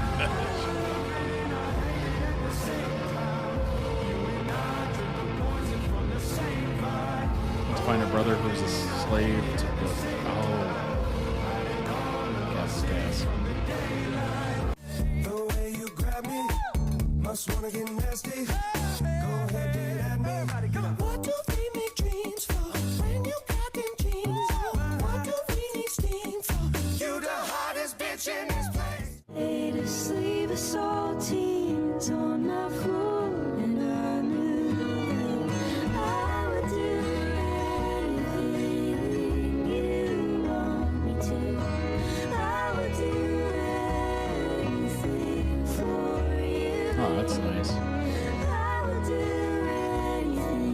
I would do anything. Whatever you want me to, I will do.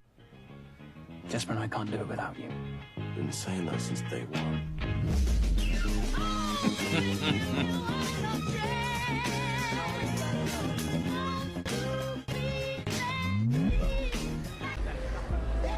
You're gonna say you can't do this without me, yeah? And that you hate it when we're angry at each other, but sometimes brothers fight. But otherwise, yes, to all of that. And when brotherhood come first, then the line will never be crossed. Established it on our own when that line had to be drawn, and that line is what we reach. So remember me when I'm gone. That's what you're gonna say. Yes? There's a cap on the tab. But otherwise, yes, to all of that. Then let's go take down the king.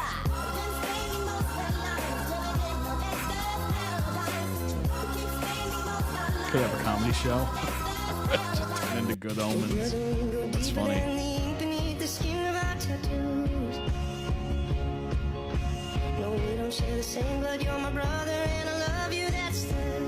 What I really love about this is the setting. It's kind of gritty underworld, you know, yesteryear of wearing these kind of clothes. Like, it's just, I don't know. Shows like this kind of speak to me for some reason. Hey, stop this wagon! You knew about you being a Durast. Reminds me of the show Copper that I used to watch. I think that was on the BBC. Isn't that right? Waffles. Bombastic side eye.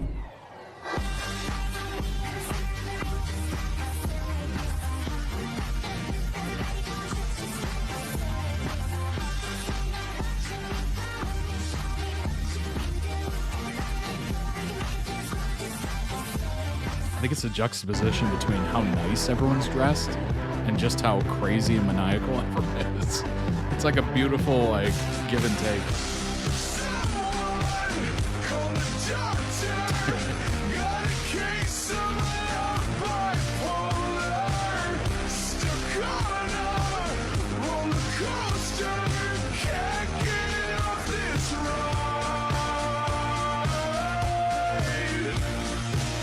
If you don't care about money, Nina dear, call it by its other names. Krug?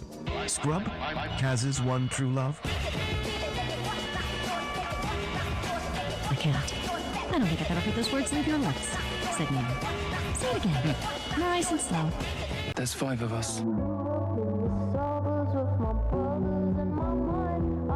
We can see the flip side. What comes after this try? What comes after this try? You're not weak because you can't read. You're weak because you're afraid of people seeing your weakness. You're letting shame decide who you are.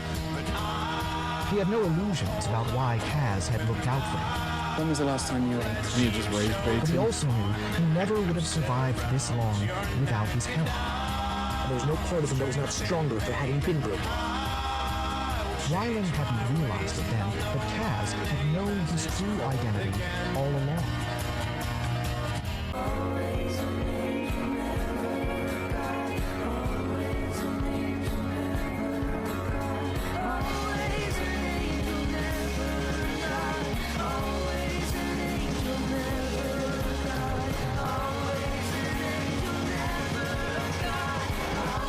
Albie Rollins can't help who his father is. I need you to make a new package for me. You said that was a one-time thing, not a real step into your world.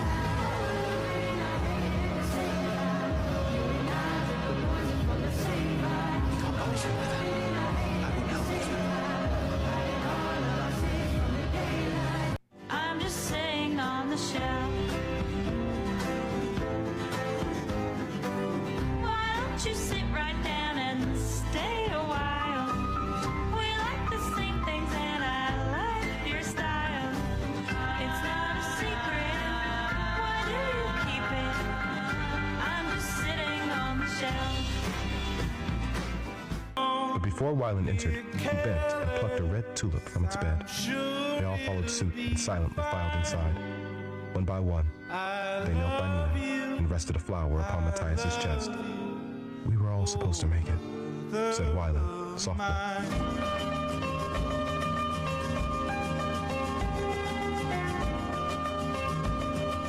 Seems like the guy who found family in mysterious ways just kind of happened. Different aspects of him attracted different people.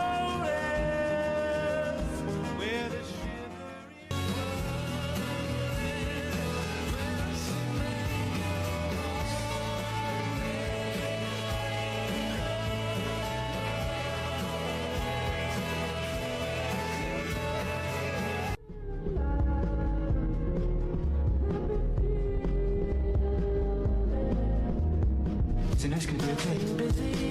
It was Wyland. He saved us. Why do you guys say that? We like to keep our expectations low. Are you going to get that? What's that supposed to mean? I'm just thinking that he's shit at first aid. Music boyfriend, Before I go to the house. Nina would never let Kaz abandon her. She'd fight with everything she had to free Anish. Get your hands off my hips, gonna push you in the lips. Stop you staring at my hey. Take a hit, no you can't buy me a drink. Let me tell you what I think you could use a mint. Take a hit. Nina would never let Kaz abandon her. She'd fight with everything she had to free Anish, even if she was still in the grips of Parem.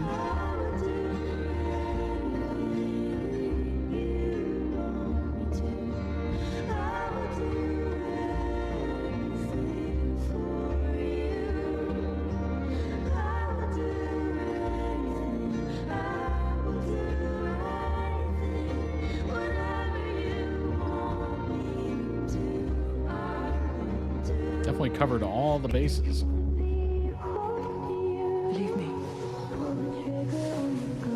I was just thinking that he's shit at first aid. I need to help with this before I go to the hell show.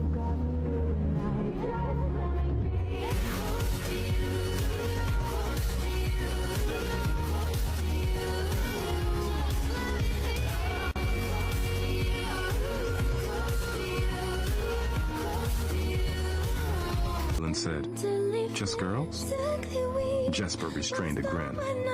No, not just girls. They don't engage in flirtations with every single man they meet. I flirt with the women, too.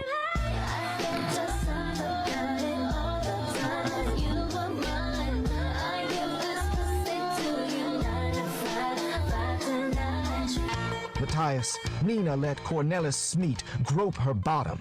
Nina stopped laughing. I am going to turn your teeth inside out. That is physically impossible. I just raised the dead. Do you really want to argue with me? Nina's in it. That's a reaction. I appreciate the vote of confidence, but this was all you, gorgeous. Assuming you got Amber's too? Oh yeah, so many of them I lost count. Ta-da. I like having her around. I can't read the directions. Ta-da. No human being should ever be as proud as you are right now. Me?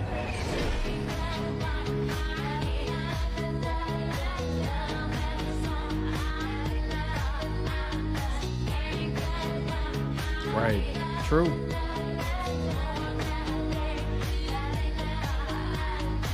He'd rather push you away than admit he feels anything for you. Oh, sorry. Not supposed to say that out loud. I, for one, love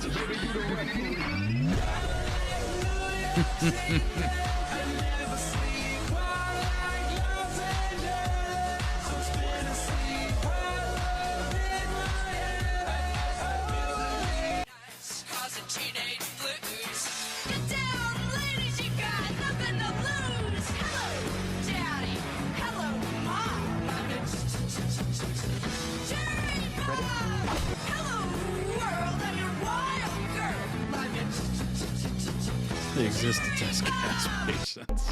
And he sometimes suspected they could forgo all of Kaz's planning and simply let Jesper and Nina flirt the entirety of Ketterdam into submission. The type of girl you wanna chew all of my bubble gum. The type of girl you wanna chew all of my bubble gum. I'm the type of girl you wanna take to your mama house. Take to your mama house.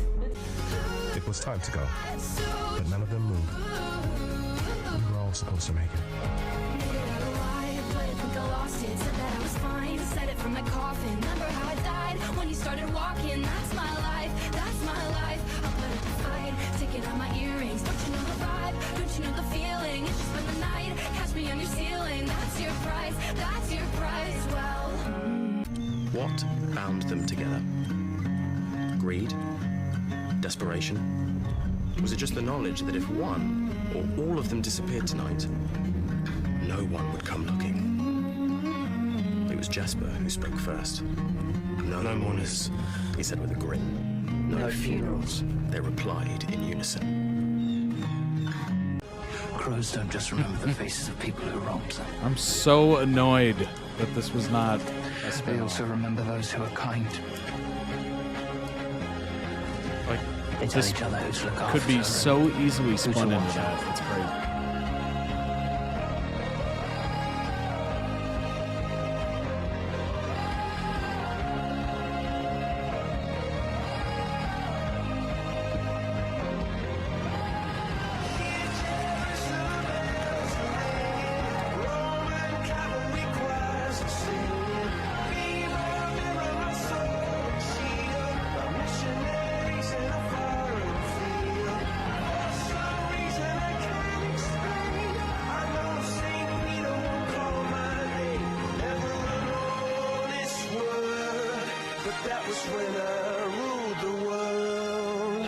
My life has 99 problems, and 108 of them will be fixed when I get hugged by Amita Suman, Freddie Carter, Kit Young, Callahan Scogman, Danielle Gargan, and Jack Wolf. So we do a good group hug. That math isn't right. I'm so sorry. You're worried about the math. Like, wait a minute.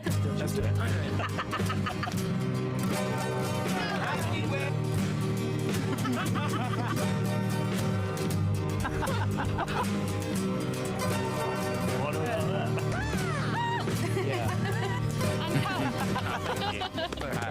So show me family, all the blood that I will bleed. I don't know where I belong. I don't know where I went wrong.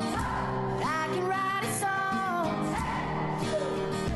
I belong with you. You belong with me, my sweetheart. No funerals. I belong with you. You belong with me, my sweetheart. Beautiful. Beautiful. Beautiful indeed. Link down below in the YouTube video description. For the original video, go throw out some much deserved love. Also check out the channel. Luke has many other compilations for you to check out. All right, let's bring up. I'm going to miss the random spam of Crow's Polaroids that came out of thin air. That's awesome. It's really cool. Oh my gosh. I'm so annoyed that that is not a spin-off, its own thing. It could so easily be. Like, oh, I don't know. A group of friends or, you know, found family that just so happened to, you know, also be assassins. I mean, where have I heard that before? And where did it work so well? This is what it reminds me of. It's like the same, almost the same time period, basically. Like it just, I loved this game. It was based in London. You know, his brother and sister, so it was technically family, I guess. Doing assassin stuff. And Six of Crows just kind of takes me right back into it. And I absolutely adore it. Oh, I wish so much it was his own thing. I really do. Took so long to get the Freddie Amita ones because Kit kept photobombing. That game was a fictional world with a magic system. It works, right? Right. Crows have always been the best part of Shadow and Bone.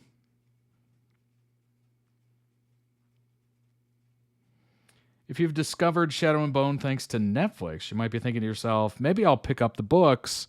This seems like a fun series. And while you wouldn't be wrong, you also wouldn't be starting in the best place. Shadow and Bone, Siege and Storm, Ruin and Rising. Great titles. It's very good, if very predictable YA fantasy series. It's also nearly a decade old. Some of the choices it makes that were innovative at the time are no longer exciting, with incisive world building, deliberate attempts to subvert YA tropes. Grisha Trilogy is good, but especially if you're not a YA reader, the series isn't phenomenal. You know what books are phenomenal? Bardugo's Six of Crows duology. Start there instead. It's set in the same universe as the Grisha trilogy, but in a different country. With a new set of characters, Six of Crows, its sequel, Crooked Kingdom, are frankly wonderful books. Bardugo improved over the course of the writing of the Grisha trilogy. When it came to time to return to the Grishaverse, she delivered an epic gas lamp fantasy series full of incredible characters, exciting heists, stakes that were both personal and world-altering, balances the duality, pulls off are not to be underestimated. These are some of the tropes. Boom, boom, boom. Obviously, it's glow up. Let's see, what do we got here? Is it just kind of woven in? Looks like it's woven in. Main characters are obviously Kaz, a vicious and ambitious young man whose dreams are made of gold and his reality far less impressive. How relatable. Inez, a trafficked sex worker whose faith is only matched by her abilities as an assassin. Jesper, a ne'er-do-well rogue. I've never seen ne'er-do-well spelled out like that. That's interesting. And sharpshooter with big bisexual disaster energy. When Kaz takes advantage of the criminal gig economy, he recruits the remaining 3 members of the team, Nina, an ex-spy, and Hearttender, who can't get over her first love, Wylan, chemist, a mysterious percentage, and a musician's heart.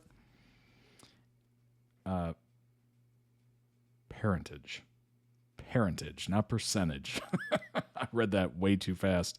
Matthias, a former witch hunter who also happens to be the love of Nina's life. Too bad he still wants to kill her, though. Well, that's unfortunate. Cutscenes would be identical with Sibling Banner. Yeah, true. Sibling leads. Imagine that game, but the leads were Kaz and Jesper and Nina. Oh, it'd be perfect. It'd be perfect. Literally, when I was watching all the way back when I first got introduced to Six of Crows, that immediately hit my brain. And I'm like, oh man, it's like the same time period, same kind of costumes and dress and assassins. And I'm like, oh my gosh, this is like perfect. They could have made a heck of a video game out of that. Just kind of adapt that Assassin's Creed Syndicate into this. It's this ragtag group of highly skilled F-ups that gallivant across countries and continents in search of Juraparem, highly addictive drug that increases Agrisha's power tenfold, but also leaves them weak, sick, and unable to function without the drug. The setup, the characters, and much more refined world building of the series is so good, so satisfying, so worthy of your time that I still consider these 2 books among my all-time favorites. Grisha Trilogy might have introduced us to the world, but Six of Crows perfected it. Indeed.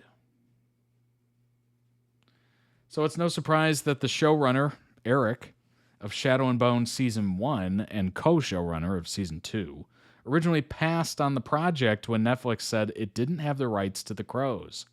It was only after securing the duology that he came onto the series, knowing that he had access and permission to kit bash the 5 books together in order to feature his favorites. And frankly, it paid off. While Shadow and Bone suffers from big bad evil guy syndrome, Six of Crows allows systems and political ambition to become the villain.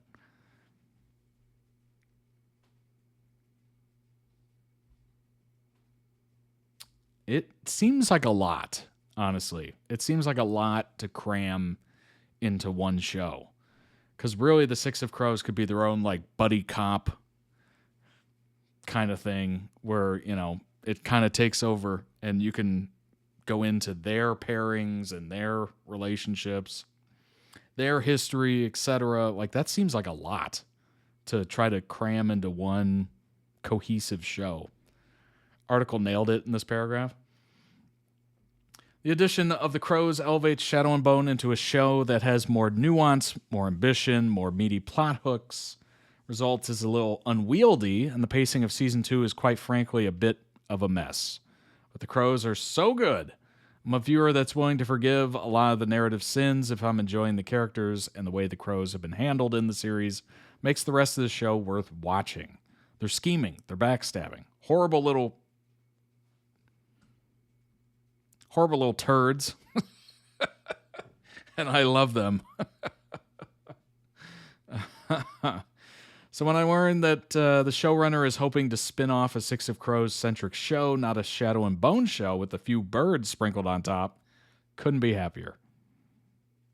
With the way that Netflix is and the way that the show has been underperforming during its first week, at least by Netflix standards, who knows if we'll even get a season 3. Well, this person is omniscient because they saw the future. They saw it. No season 3, much less a spinoff. Unbelievable. But the truth is the Crows deserve their own show, even if season 3 of Shadow and Bone doesn't come around. Oh, boy. You got to really convince people at Netflix or somewhere else, I guess. Kaz and Inez. Relationship deep dive. Obviously, we're not going to be reading every single word of this. I'm a little tired at this point, but we will try. We will try to scan it for the best possible information as humanly possible. Let's see.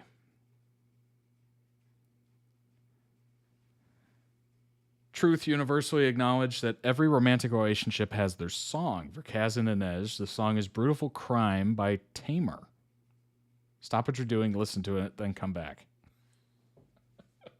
I will not. You will not tell me what to do. I will believe you. What begins as a desire for freedom in the form of helping one another turns into a partnership none of them thought they'd ever find with another human being.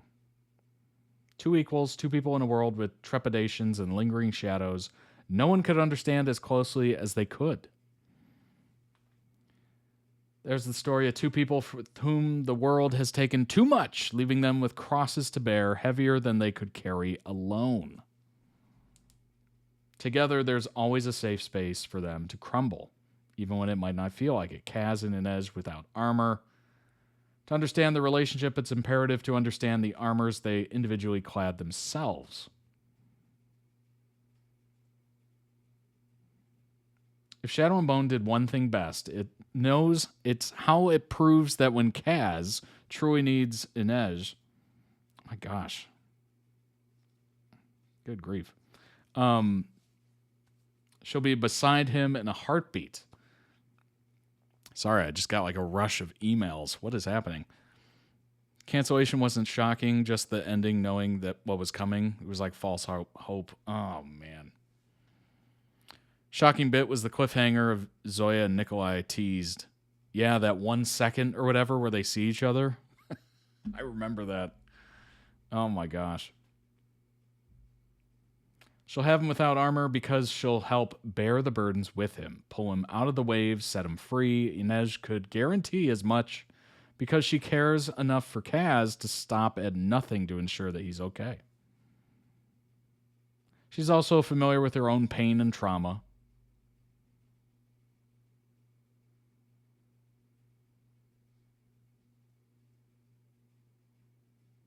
In the same way that he is the one person she could trust with her knives, the very armor that shields her from her pain, Inez wants to be the person he takes off his gloves for, as she sees in her poison-fueled vision his bare hands securely encircled around her, his head inched close, their lips touching. After everything she's been through at the menagerie? He's the only person she is willing to unveil every part of herself to, knowing the complete conviction that he understands her, tells her better than anyone else. He'd be gentle with her, if that's what she wanted. He isn't at all like the men at the menagerie. She isn't merely a body to him, she's a person. She might have her doubts because of the various things he said or done. But she knows Kaz respects her. He'd be the kind of partner she'd need, no matter how those desires change by the occasion.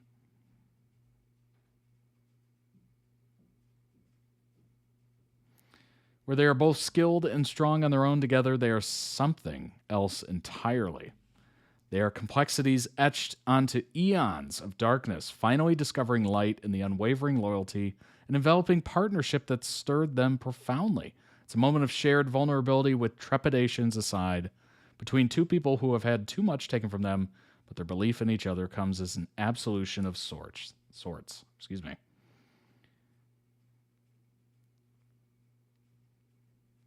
Quote, but someday you'll meet a boy who will learn your favorite flower, your favorite song, your favorite sweet, and even if he's too poor to give you any of them, it won't matter because he will have taken the time to know you as no one else does. Only that boy earns your heart.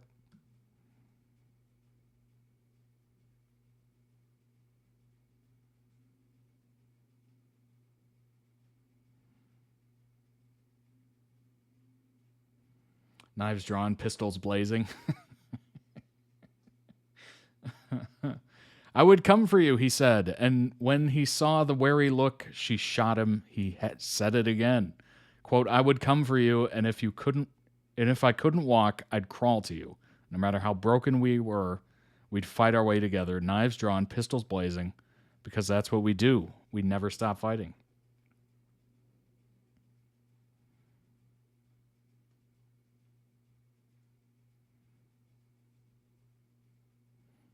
Though it's comforting when she's beside him, he doesn't need the wraith. He needs and wants Inej. The girl whose laugh he believes he'll have to die to earn again. The girl whose laugh he wants to bottle up and get drunk off every night. It's very flowery language.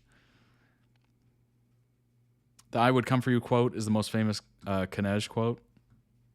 It's also the last scene of them together in the show. Oh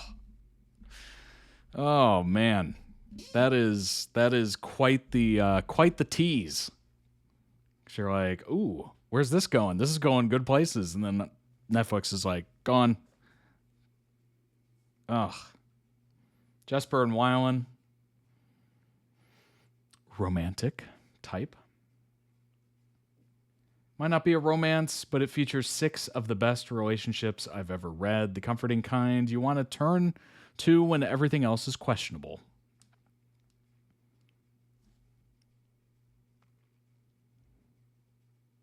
Jesper and Wylan make up the sweetest kind of it was you all along relationship. There's an instant pull between them that let's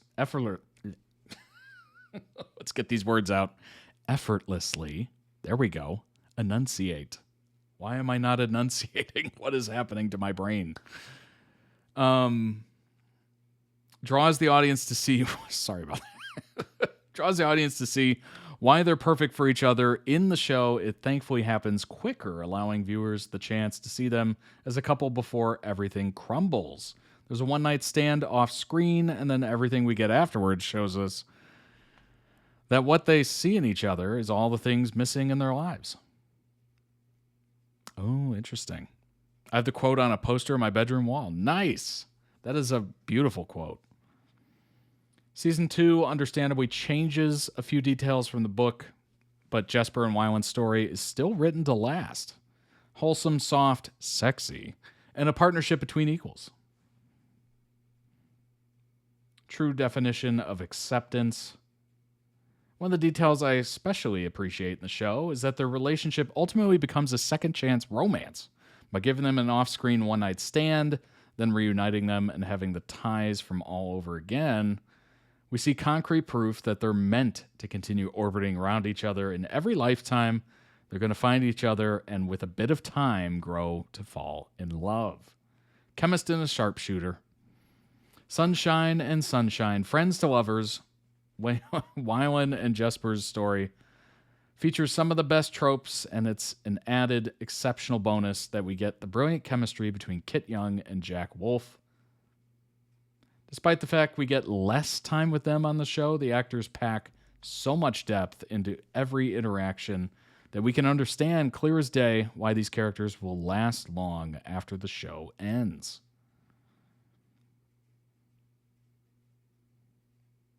Crows are each understandably a little selfish. Their innate human need to fit in and find a place to belong forces them to do things they might not want. But it also gives them ample chances to feel valued. Their love story, like others within the Crows, is all about equals, two people completely different from one another, finding common ground and a place to call home in each other's arms. They're Taylor Swift's King of My Heart. Oh my gosh, Taylor's even mentioned in the article. King of My Heart and You Are in Love. Two peas in a pod. Opposites in many ways, but similar when it counts.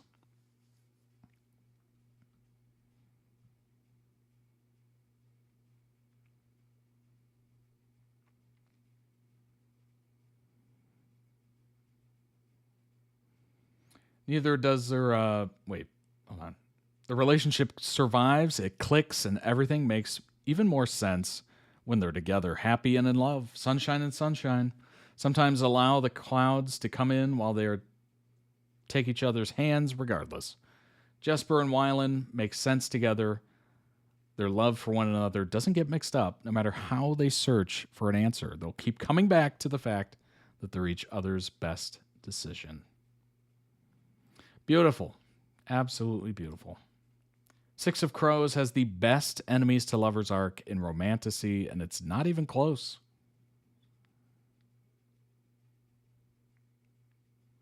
Kaz and Inej, Jesper and Wylan, Nina and Matthias make up the unique and heartwarming romances in Six of Crows. Nina and Matthias stand out for their truly earned enemies to lovers dynamic, rooted in generations-long hatred.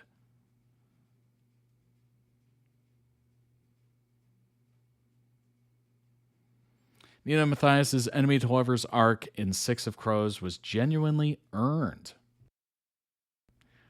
Let's see. Although enemies to lovers is an incredibly beloved trope among romance readers, the way it culminates in books doesn't always make sense. Oftentimes, a couple is considered enemies to lovers, yet they are only enemies for the first few chapters. Their quote-unquote hatred is a result of misunderstanding or one simple mistake. However, Nina and Matthias aren't like that. This pairing actually had valid reasons to hate each other. Though Matthias should kill Nina without hesitation, he's too enthralled by her fierce beauty and charm. Wow. Now that is a love. That is a strong love right there. The urge to kill somebody being subsided by beauty. Whoa. Very, very interesting. All three couples are totally different and contrasting. Crux of Nina and Matthias' relationship and the generations-long hatred that makes their people enemies. Matthias is a witch hunter, basically. Nina is a Grisha, or a witch. So you can see, witch hunter, witch, you know, not gonna end up well. Though Matthias should kill Nina without hesitation, he's too enthralled by her fierce beauty and charm.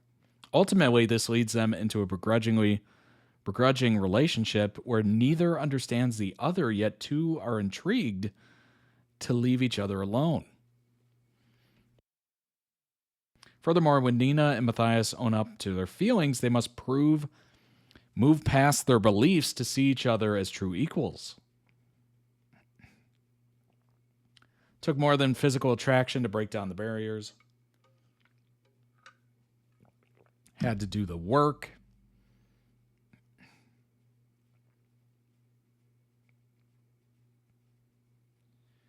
Nina had to come to terms with Matthias' religious leanings and love for his country. Matthias had to unlearn his Jordan teachings and better understand Grisha magic. All in all, Nina and Matthias are the prime example of great enemies to lovers pairing, although Six of Crows has more than one outstanding romance. Nina and Matthias deserve special praise. Though many other authors have tried to recreate a connection as good as this one, most romances pale in comparison to this true enemies to lovers duo. That's quite the arc. Enemies to lovers is quite the interesting arc for sure. You have to do a little bit more leg room, a little bit more legwork to get them together. Because you got to make it believable, right? Can't have it half effort, if you know what I mean. Can't go into it half effort. You got to give it everything, because otherwise it just seems very hollow and rushed.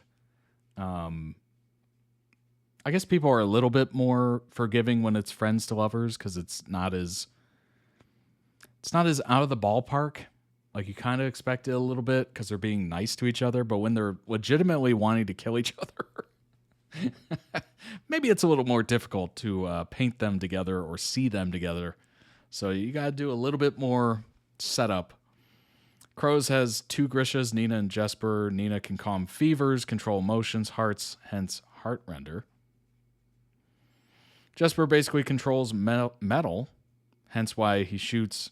He has insane accuracy. All right, Magneto. He also turned a bullet or a coin into a house key for Wyland to have him move in. That's incredible. That is incredible. Jesper's a Durist, basically Magneto. And I guess the Scarlet Witch. That is a heck of a combination, for sure. That is a nice power pull. Oh, Nina's the Scarlet Witch?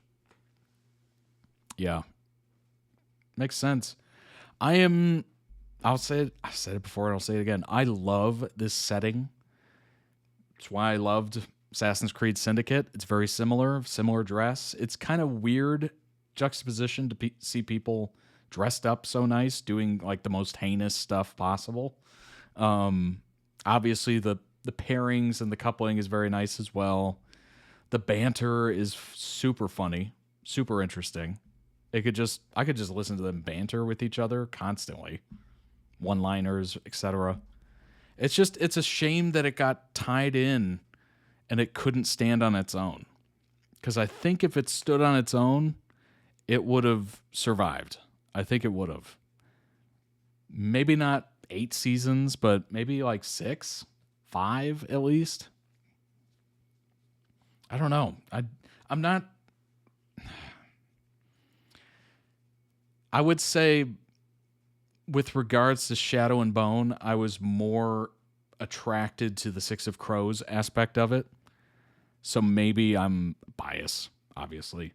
But I feel like if they weren't attached to Shadow and Bone, they might have had a better chance. Like if they pitched just Six of Crows, here's these lovable characters who come from crazy backgrounds and they find each other and then they meld in an interesting way, and then hey, some of them turn into relationships and whatnot. I feel like that's pitchable.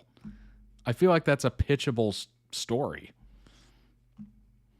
They could generally take over a country at full potential.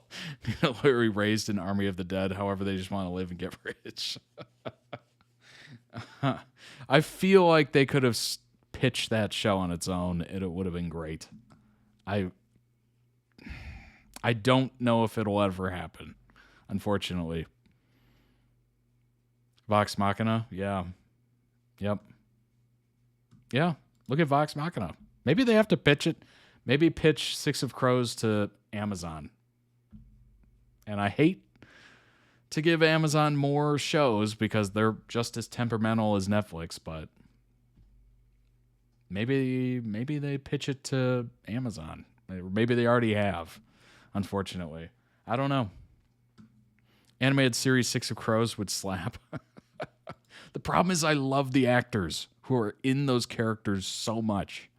They're like perfect for it. Like you all were saying earlier, it's a shame. It's such a shame. Oh my gosh. I feel kind of the same way about Marvel, and they just nailed the casting of that phase whatever with RDJ, Robert Downey Jr., Chris Pratt, even Chris Hemsworth. Like they nailed all of that.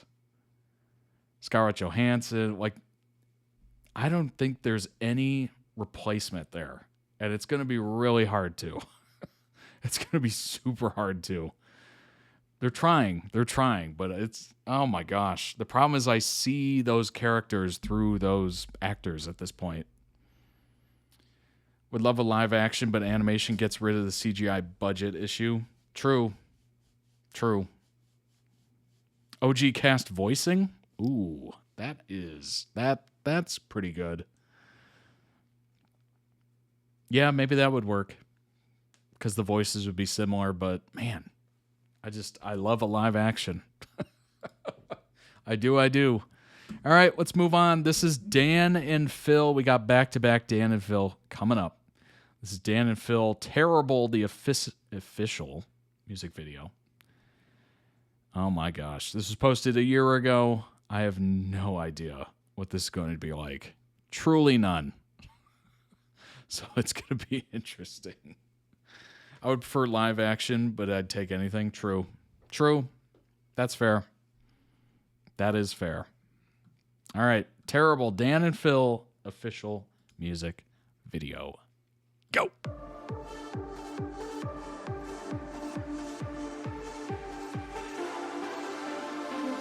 I can't get you out of my head. First thought in the morning, my nightmares in bed. You ruined my life. I will try. Hey Moon. If it weren't for you, I would be dead. What's theory, what's real, what's just fiction? Is it queer baiting or homoerotic friction? Endless greed, ruthless ambition. Commissions open for the naked depiction. Is it them or is it me? Am I dedicated or fucking crazy? Too much, too young, too fast, it changed me. But now it's terminal, this shit can't faze me.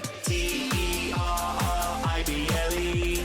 Say it to my face, you want to influence me. Content consume, you say so it's dead. crazy. But IDGAF because it saved me. Hashtag love you. Hashtag ad. Hashtag cancelled, hashtag dads. It's not illegal, it can't be bad. You changed my mind, you made me mad. Is it them or is it me? Am I dedicated or fucking crazy? Too much, too young, too fast, it changed me. But now it's terminal, this shit can't faze me. Terrorible.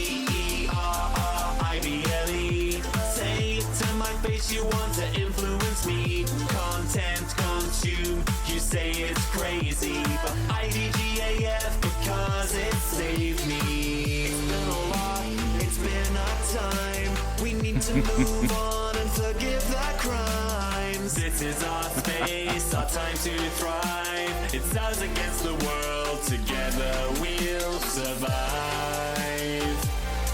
We'll survive.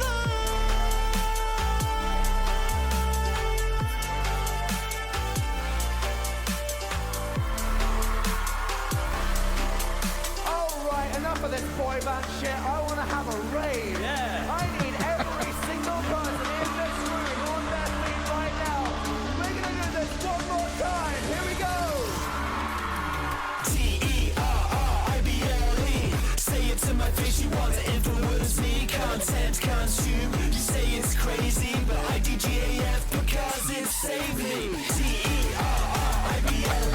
Say it to my face, you want to influence me. Content consume, you say it's crazy. But IDGAF because it saved me. Oh my gosh, this music video is everything.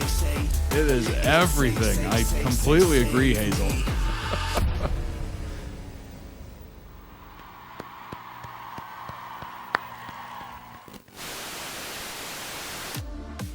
I gave myself CTE just headbanging to that. Good grief. That was actually legit fun. Entertaining. I'm so glad they had pitch correction, auto-tune on, but amazing. Truly amazing. That was so good. This should have been the Eurovision hit for the UK.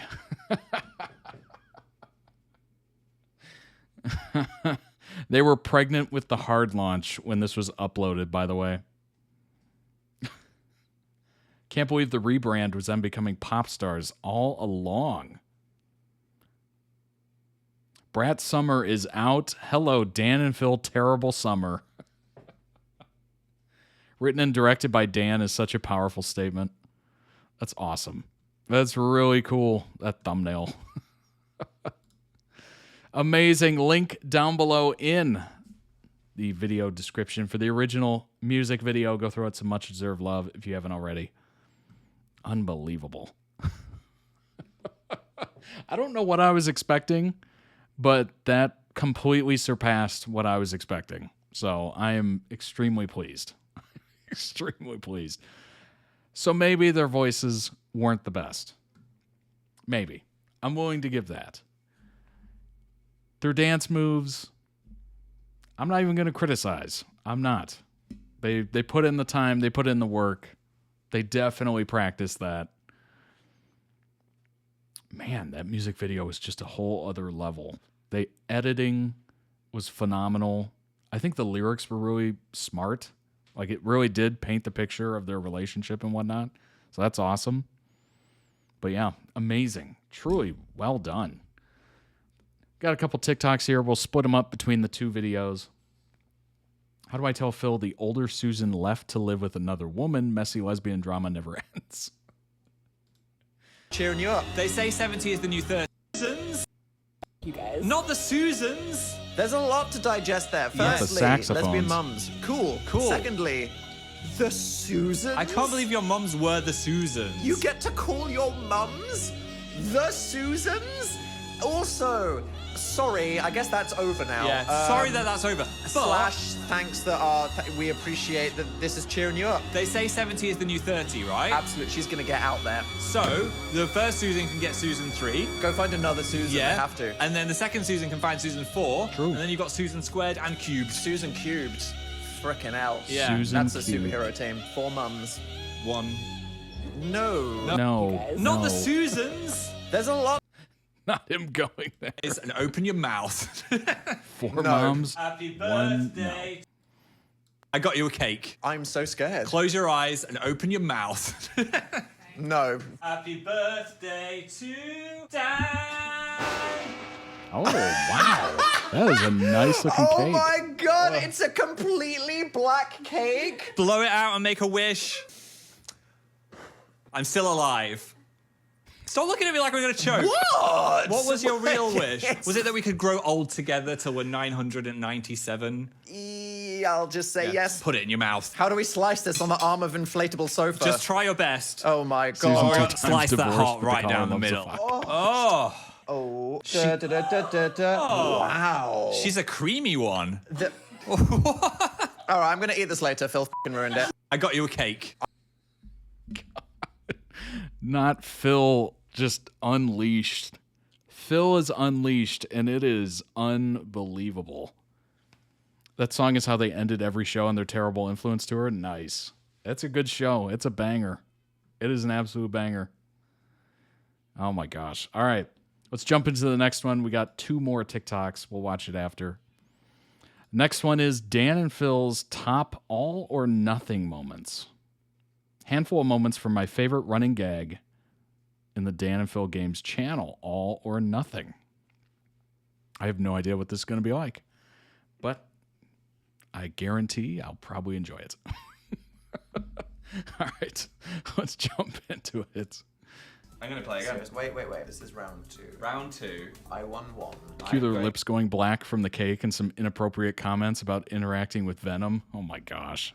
Going to win this one. If I win this one, then you win.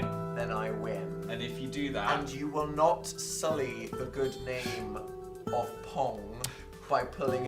Wait a minute. Is this that game that you have like the axe or whatever and you're trying to climb? Is that this one? Any all or nothing shenanigans. No. Because there ain't no way this could be an all or nothing. It's just one game. I'll sully you. I was like, that's gonna be brutal. I only have to kill you 1 more time. Or I have to kill you 3 more times. It's safe to say, if I fully paid attention, that would probably be me. But I offer you something much more exciting. Okay. A duel on the beach. Ooh. You and me, back to back. 10 seconds running forward, turn around, bam. Sounds like a plan. Formal handshake. Okay, let's go. Not Halo. My character You're the first is canine Spartan. Oh, that takes me half back. dog. Bobby Strike, the canine Spartan, whose logo is a unicorn with a buzzsaw. Yeah. Okay, under the Archway of Destiny. Turn around. Bright eyes. Okay, 1, 2, 3, 4, 5, 6, 7, 8, 9, 10. Die! Die, die, die, die, The die, jump die, and the die, instant grenade. Die! Die! Uh-oh. Yeah! Oh yeah! Oh yeah! Oh yeah! Oh yeah! I don't know what overcame me. I got overwhelmed. You got overwhelmed by your gigantic fail. So did Honestly, you just lose to if he had stuck that grenade, it would have been perfect. It would have been Yeah, absolutely Halo. beautiful. I didn't really lose to you at Halo. I lost a duel that I suggested because I wasn't really paying attention. Here's an impression of you in the duel. Don't hurt me, Mr. Phil! Don't hurt me! You saw it. Okay. And... No! Oh! With an incredibly underwhelming less than half, I win. Again? That's it. Oh. Video over. No, we should do one more. Incredibly Video over. underwhelming. Nah. I mean, what can I say, Phil? I wasn't even concentrating that much because I was, thinking about the bounce, and I still beat you. I'm gonna throw a gauntlet down. All or nothing. What? You can't just do that every time you lose an adverse as well. I feel like I've warmed up. Okay. I understand the game. When we did this for Halo 3, I lost when we did All or Nothing, so why should I agree to this? Just because friendship. Yes? I'll do it for them. I'll do It's it for them friendship. because they want more dancing. Yes. I had the kangaroo. I had the sassy hand. I had the better kangaroo. I had the better sassy hand. Dancing King. Sweet honey 20. The rage baiting is beautiful. The amount of times he's tried to rage bait through jealousy. Perfect. Chef's kiss. Jesus Christ! I got in. You were so scared then. Bad friend. Too little, too plant, Phil. If only I'd have hit too plant, too late. I won. Oh. If only I'd have hit you with that turtle. Didn't know, did you? I mean... What if we call it a draw? trying, then, What to if be we honest. say There I we go, win? That's 2 out of 3. No. Right there. No. You put your money on the line. All or nothing. Oh, for God's sake! All or nothing. What is the point? What is the point? There'd be no drama. We're not picking this game because I'm good at it. We're picking it because we like it. And All then or nothing. you make me go in a cat car, and then you just all or nothing. This is it. If it makes me look like the better sportsman by constantly sacrificing, my safety for you, then sure. Wait. I got it. Please. No, go. Yes!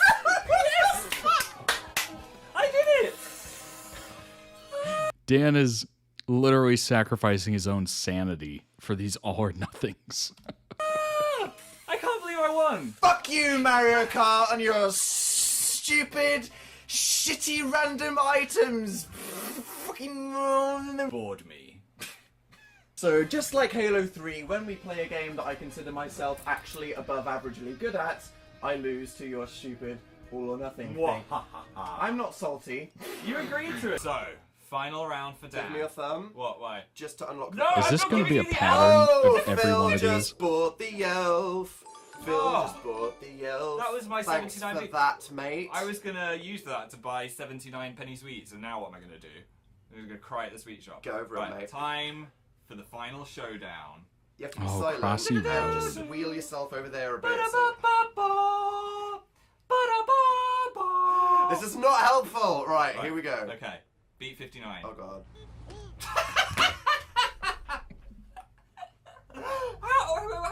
What? I feel like the game didn't work. Of course the game worked. You lost. Did I lose? Oh, we play on Phil's But account? That's so what's the funny. meaning of Christmas, Phil? Surely What? it's to be forgiving of your friends. Phil's an actual just let character in them do Crossy whatever Roads? they No. want. No, everyone would be No. so mad at me if I gave you this one. Would I they? can't do it. Well, okay. I'm just gonna put this out there, Phil. Yeah. How's about we do a little thing you like to call all They or made him into the nothing? You emo can't just do all or goose. nothing. I can just do all or nothing, and I'm gonna do it right now. So is it starting with you? It is whatever. 57 again? Right, whatever. I win! No. All or nothing, That was Phil. you just said that was the all All or or nothing. nothing. You Yeah, lost. one more round. Whatever you get now, that's it. Forget the 3 rounds.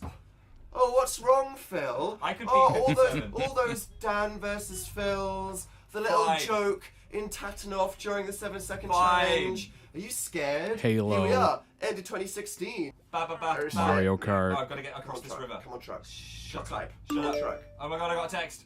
No. Wait. Yes. Yes. Wait, what's the score? Get out of the way. Yes. Yes. Come on. No. Oh, for God's sake. Yes. I wanted to win so bad. Oh, I died. Oh my god. Have you just lost your voice? I just lost my voice. Oh my god. Phil. Why did I have to be so much louder than you? You didn't need to try so hard. It's about Oh my gosh, I forgot about that. projecting. Oh, my heart I is thought you would have beating. learned this from Pentatonix. My heart is beating so fast. That is the funniest / most stressful / most stupid / worst game to play on a joint gaming channel of all time. in an apartment that connects to other people. In every direction. Looking forward He to might those not be real. hotline. God, we're gonna I don't think so. Yeah. But wait a minute, Phil. Might be a figment of You know, Dan's I feel imagination. Like the game's too easy. No. You can just shout, Yeah. and you could do things, and then we both got high scores, and we Yeah. could have just gone on forever. Yeah. So you know what I'm gonna say? All or nothing. Can't do all or nothing. No, I have a plan, But Phil. I'm feeling so attached. Phil, this isn't bullshit. Oh. Phil, you need to see my plan. All or nothing. We are adding a layer of challenge. What is this layer of challenge? The only noises you can make Yeah. are going to be singing a song each. What? That's going to be so hard. So in this next go, I would like you This to was do so it funny. singing The Internet Is Here. Oh my god. Here we go. So... No, are you serious?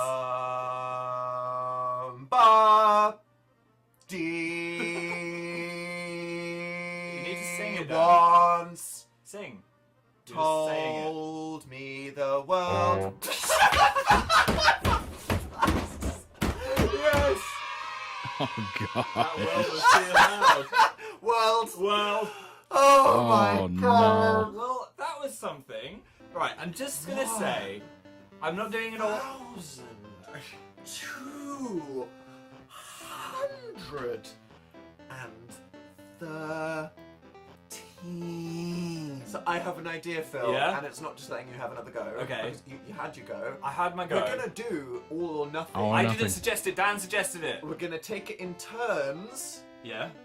every level, Sudden death. Ooh. and the first person to die once, never mind 3 strikes, loses. Okay. All right. Okay. And no holding the iPad. so we've got to. I go first. What Okay. do you mean? No holding the iPad. As in, you have to give it to the other person. Right, when the okay. level's over. Okay. Are you ready for this? I'm a bit scared. Just like let's just prepare. Breathe. Zen. In through your nose, out through your mouth. Tilt. Oh! Oh! No! I didn't tilt it! Oh! Well done. Oh, my contact lens has fallen out. I got so excited. What? Oh my god. Let me see. Ah. Hold your top eyelid and look down. I think it's just coming. Yes, it's peeling off and it's like going backwards into your brain. Oh. You need to go to the bathroom and you need to take it off right Okay, now. be right back. Dan got I was super serious there all of a sudden. Go to the bathroom, take it out. So contact lenses are fun, right? I mean, honestly, I understand people being like, ooh, laser eye surgery, it's a bit scary. What happens in 40 years if everyone that has it suddenly grows like tentacles or something? I think that's what Phil's thinking, but honestly, it just seems so annoying. Like, imagine waking up and not being able to see until you put glasses on. I can't relate to that. My able-sighted privilege, it's checked, and because I don't have to worry about my contact lenses drifting backwards into my... Honestly, I don't mind it. You know? Kind of nice to see a blurry world out there. It's like it doesn't even exist. It's like it's not even real. My brain, I feel quite lucky. Oh my god. I control the clarity of the Everyone hates world. it when I do all of the things. I can't do it anymore. more, but I think we should just do one more round for fun. Oh, what's that joke so I'm tired of seeing today? You're not saying all or nothing. No, I just want to have but just another so extra the video go. is over 10 Sometimes minutes. I can choose to see not how dirty my place This is. isn't for monetization purposes. I just want to try all the Indeed. modes. Puzzle. It's the last one. Dishes in the sink. Okay. There's no dishes in the sink. No. They I'm get saying annoyed. it. They get annoyed. I want to. No, I'm saying it. Are you saying it? I'm saying it. Gauntlet has been thrown. Yeah. I'm looking for gauntlets. I can Look, throw it. I you didn't right say now. it, guys. It was Dan. I just all want or nothing. You're gonna lose 2 and the bonus All right. round. Oh my god. Does that count? Oh my god, wait. Oh. Yes! Yes! All or nothing paid off. All or nothing paid off. I thought I'd lost like 3 times during that. Hubris! Why? So there we go. 2 fair. out of 3. What's the right way up? Good start to the year for Dan. Oh, I really want to see the archery though. Oh, was that the last You one? won both Archery. of them. Sport captain. Okay. You don't want to say it because you feel bad because everyone complains and you're trying to be a good person. Yeah. To be a better competitor and friend. So I will say this, Phil, in the interest of sportsmanship and Yes. the fact that I've been ruining your Zelda save, how's about an archery all or nothing? Yes! All or nothing! I didn't suggest it, so you can't hate me! Okay, that's your birthday present, okay? Don't Alright. come to me in 2 weeks asking for socks or any weird crap, because this is it. This is it. This is Dan, you've got this is 5 it. seconds. What the fuck? How has that happened? Because it slows down time when Oh you're my still. god, I've been pissing about. I didn't Right, realize okay. that this was like the whole point. Oh my god, You've got okay. 9. You got 9. What did you get? 13. Oh my got god, 2 this seconds. is It's 2 literally seconds. this is so impossible right now. Oh my god, oh my god, oh my god. Oh my god, oh my god, oh my It's ticking down, god. it's ticking down. Oh no! Oh, oh. Oh my god, what? Oh my gosh. What? I was like, I'll be more careful than Phil. I'll go up close to them and then go slow-mo at the last second. I forgot that being slow-mo was... So your strategy of just being like, I'm gonna fall was better. Well, what do we do now? Do you know what? I'm gonna... No, don't... I was gonna be the bigger man and give it to you, but I'll take this. In the interest of friendship and celebrating what's right. Cheers. We each get half. There we go. That's your birthday present. Thank you. That's the only wholesomeness that you're getting from me this year. The only reason I did this is so that you can give me a pass when I fuck up next. There we go. And snack. There we go. Yes! Whoa! Did you... We need to do that again. No, we don't. No, we That don't. was No, we don't. That's it. That's it. That's all we have time for. That's it. Video over. Oh, wait, I can hear something bleeping from the past. It said... Bleep, boop, bleep, boom. Which translated, it wasn't me, all or nothing. What was no. communicating? Pong. Right. The creator of Pong. Why does the creator of Pong sound like an alien? Because he was. I feel kind of bad because you got the steak one wrong. And you didn't know how it worked. To be fair, I didn't understand how the steak one worked. Yeah. So I guess to you, we just have to make this a question of Phil's fairness. Because if I understood and it was entirely skill-based, then I clearly would have annihilated him. So... but then it's about saying... I believe the words were bleep bloop, blah bloop. So it depends how you feel. I'm just going to say all or nothing is on the table. Because you let me do it with Pong, let's say...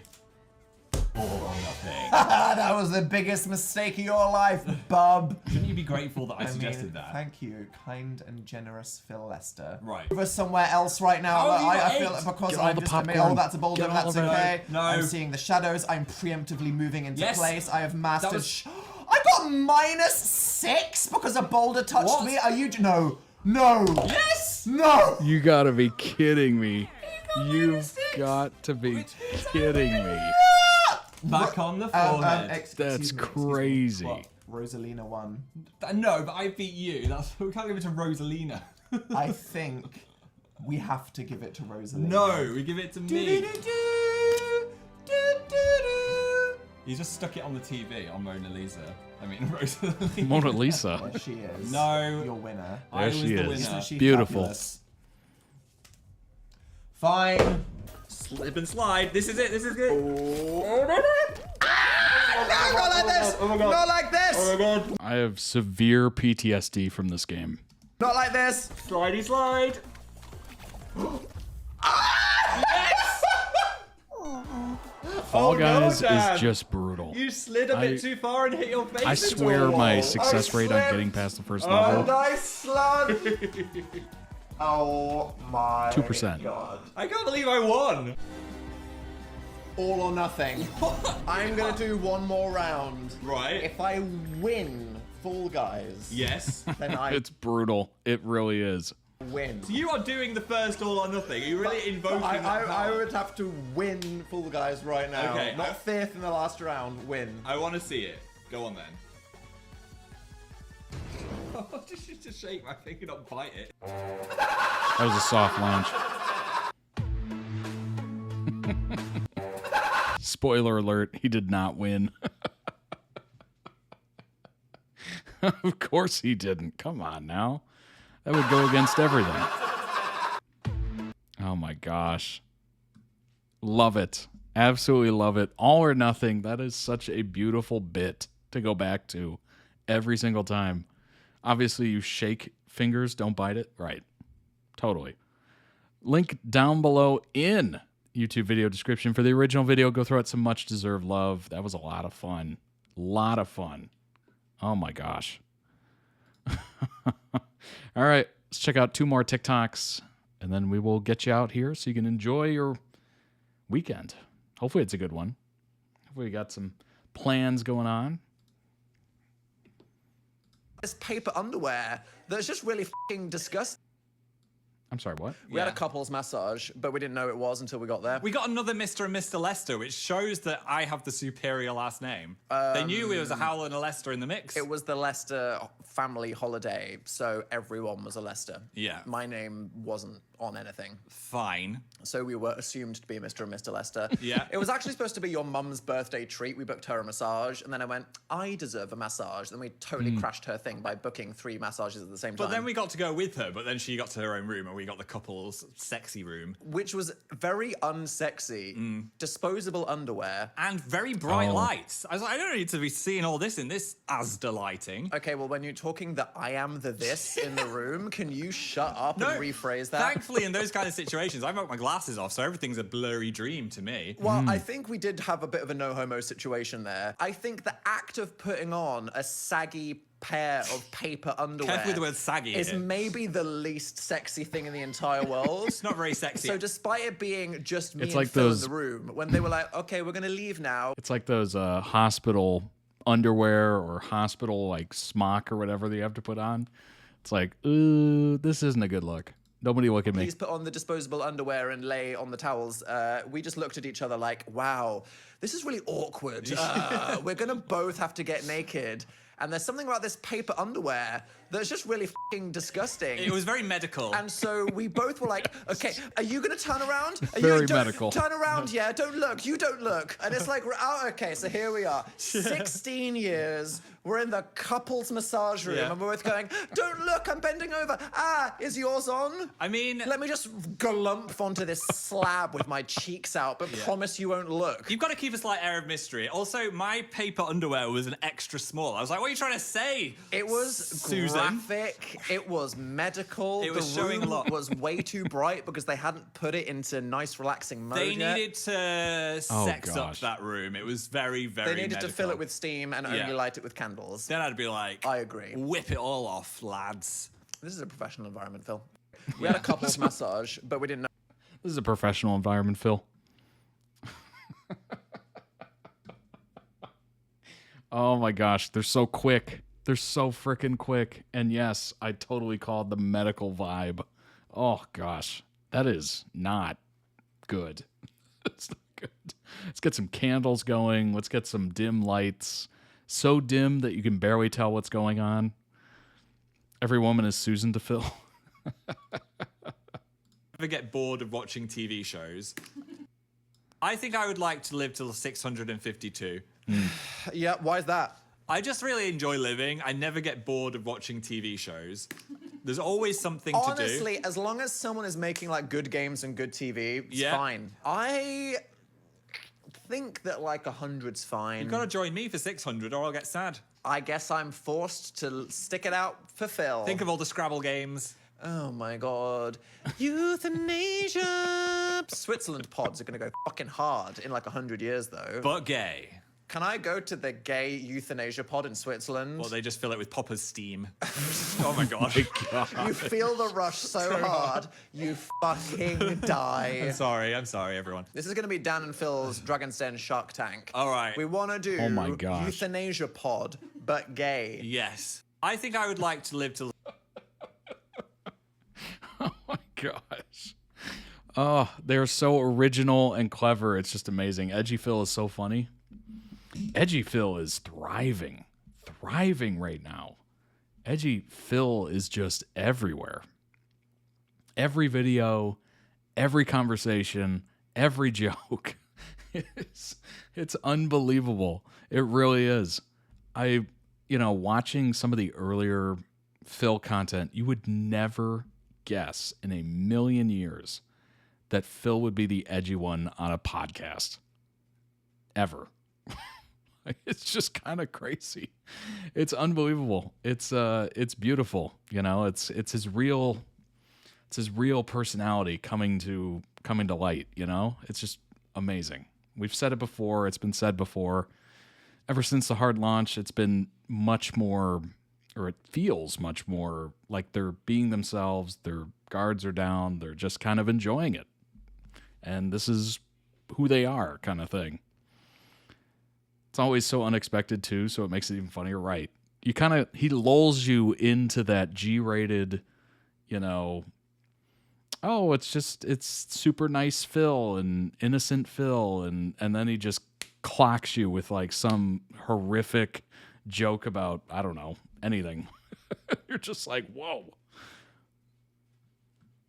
Yeah, Popper Steam. Oh my gosh. It is absolutely beautiful. It really is. It's fun to watch. Gosh. What a journey. What an absolute journey from not seeing anything of theirs, barely even knowing they existed, to watching full episodes, reacting to full episodes of the podcast, getting the little bits of humor, enjoying the fact that they are so freaking funny together. Like, they are, I don't know, they're rare. They're very rare. The relationship, the fact that they're able to, the fact that they were able to find somebody like that so quickly and connect so quickly. And the fact that not only that, like that in itself is like a pretty amazing feat, but the fact that they're also perfect for content and each other's content, and they work well doing content together. Like, that is crazy. It's like lightning striking. It's more than lightning striking. It's really amazing. All right, everybody. I hope you enjoyed that as much as I did. If you'd like to request a video, control the stream, guide the stream, etc., toddreacts.com. You can do that there. Sign up for a tier. Join the Discord. We will see you in there. Just, have fun. Join us. It's free. Links everywhere.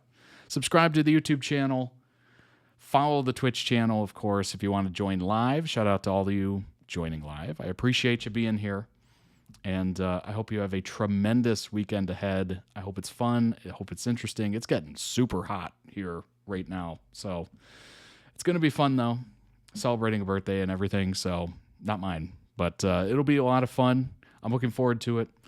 I will see you all back here on Wednesday. That's the new schedule. Wednesday. Wednesdays and Fridays will be the new schedule. I will see you here on Wednesday. Take care, everybody. Bye-bye.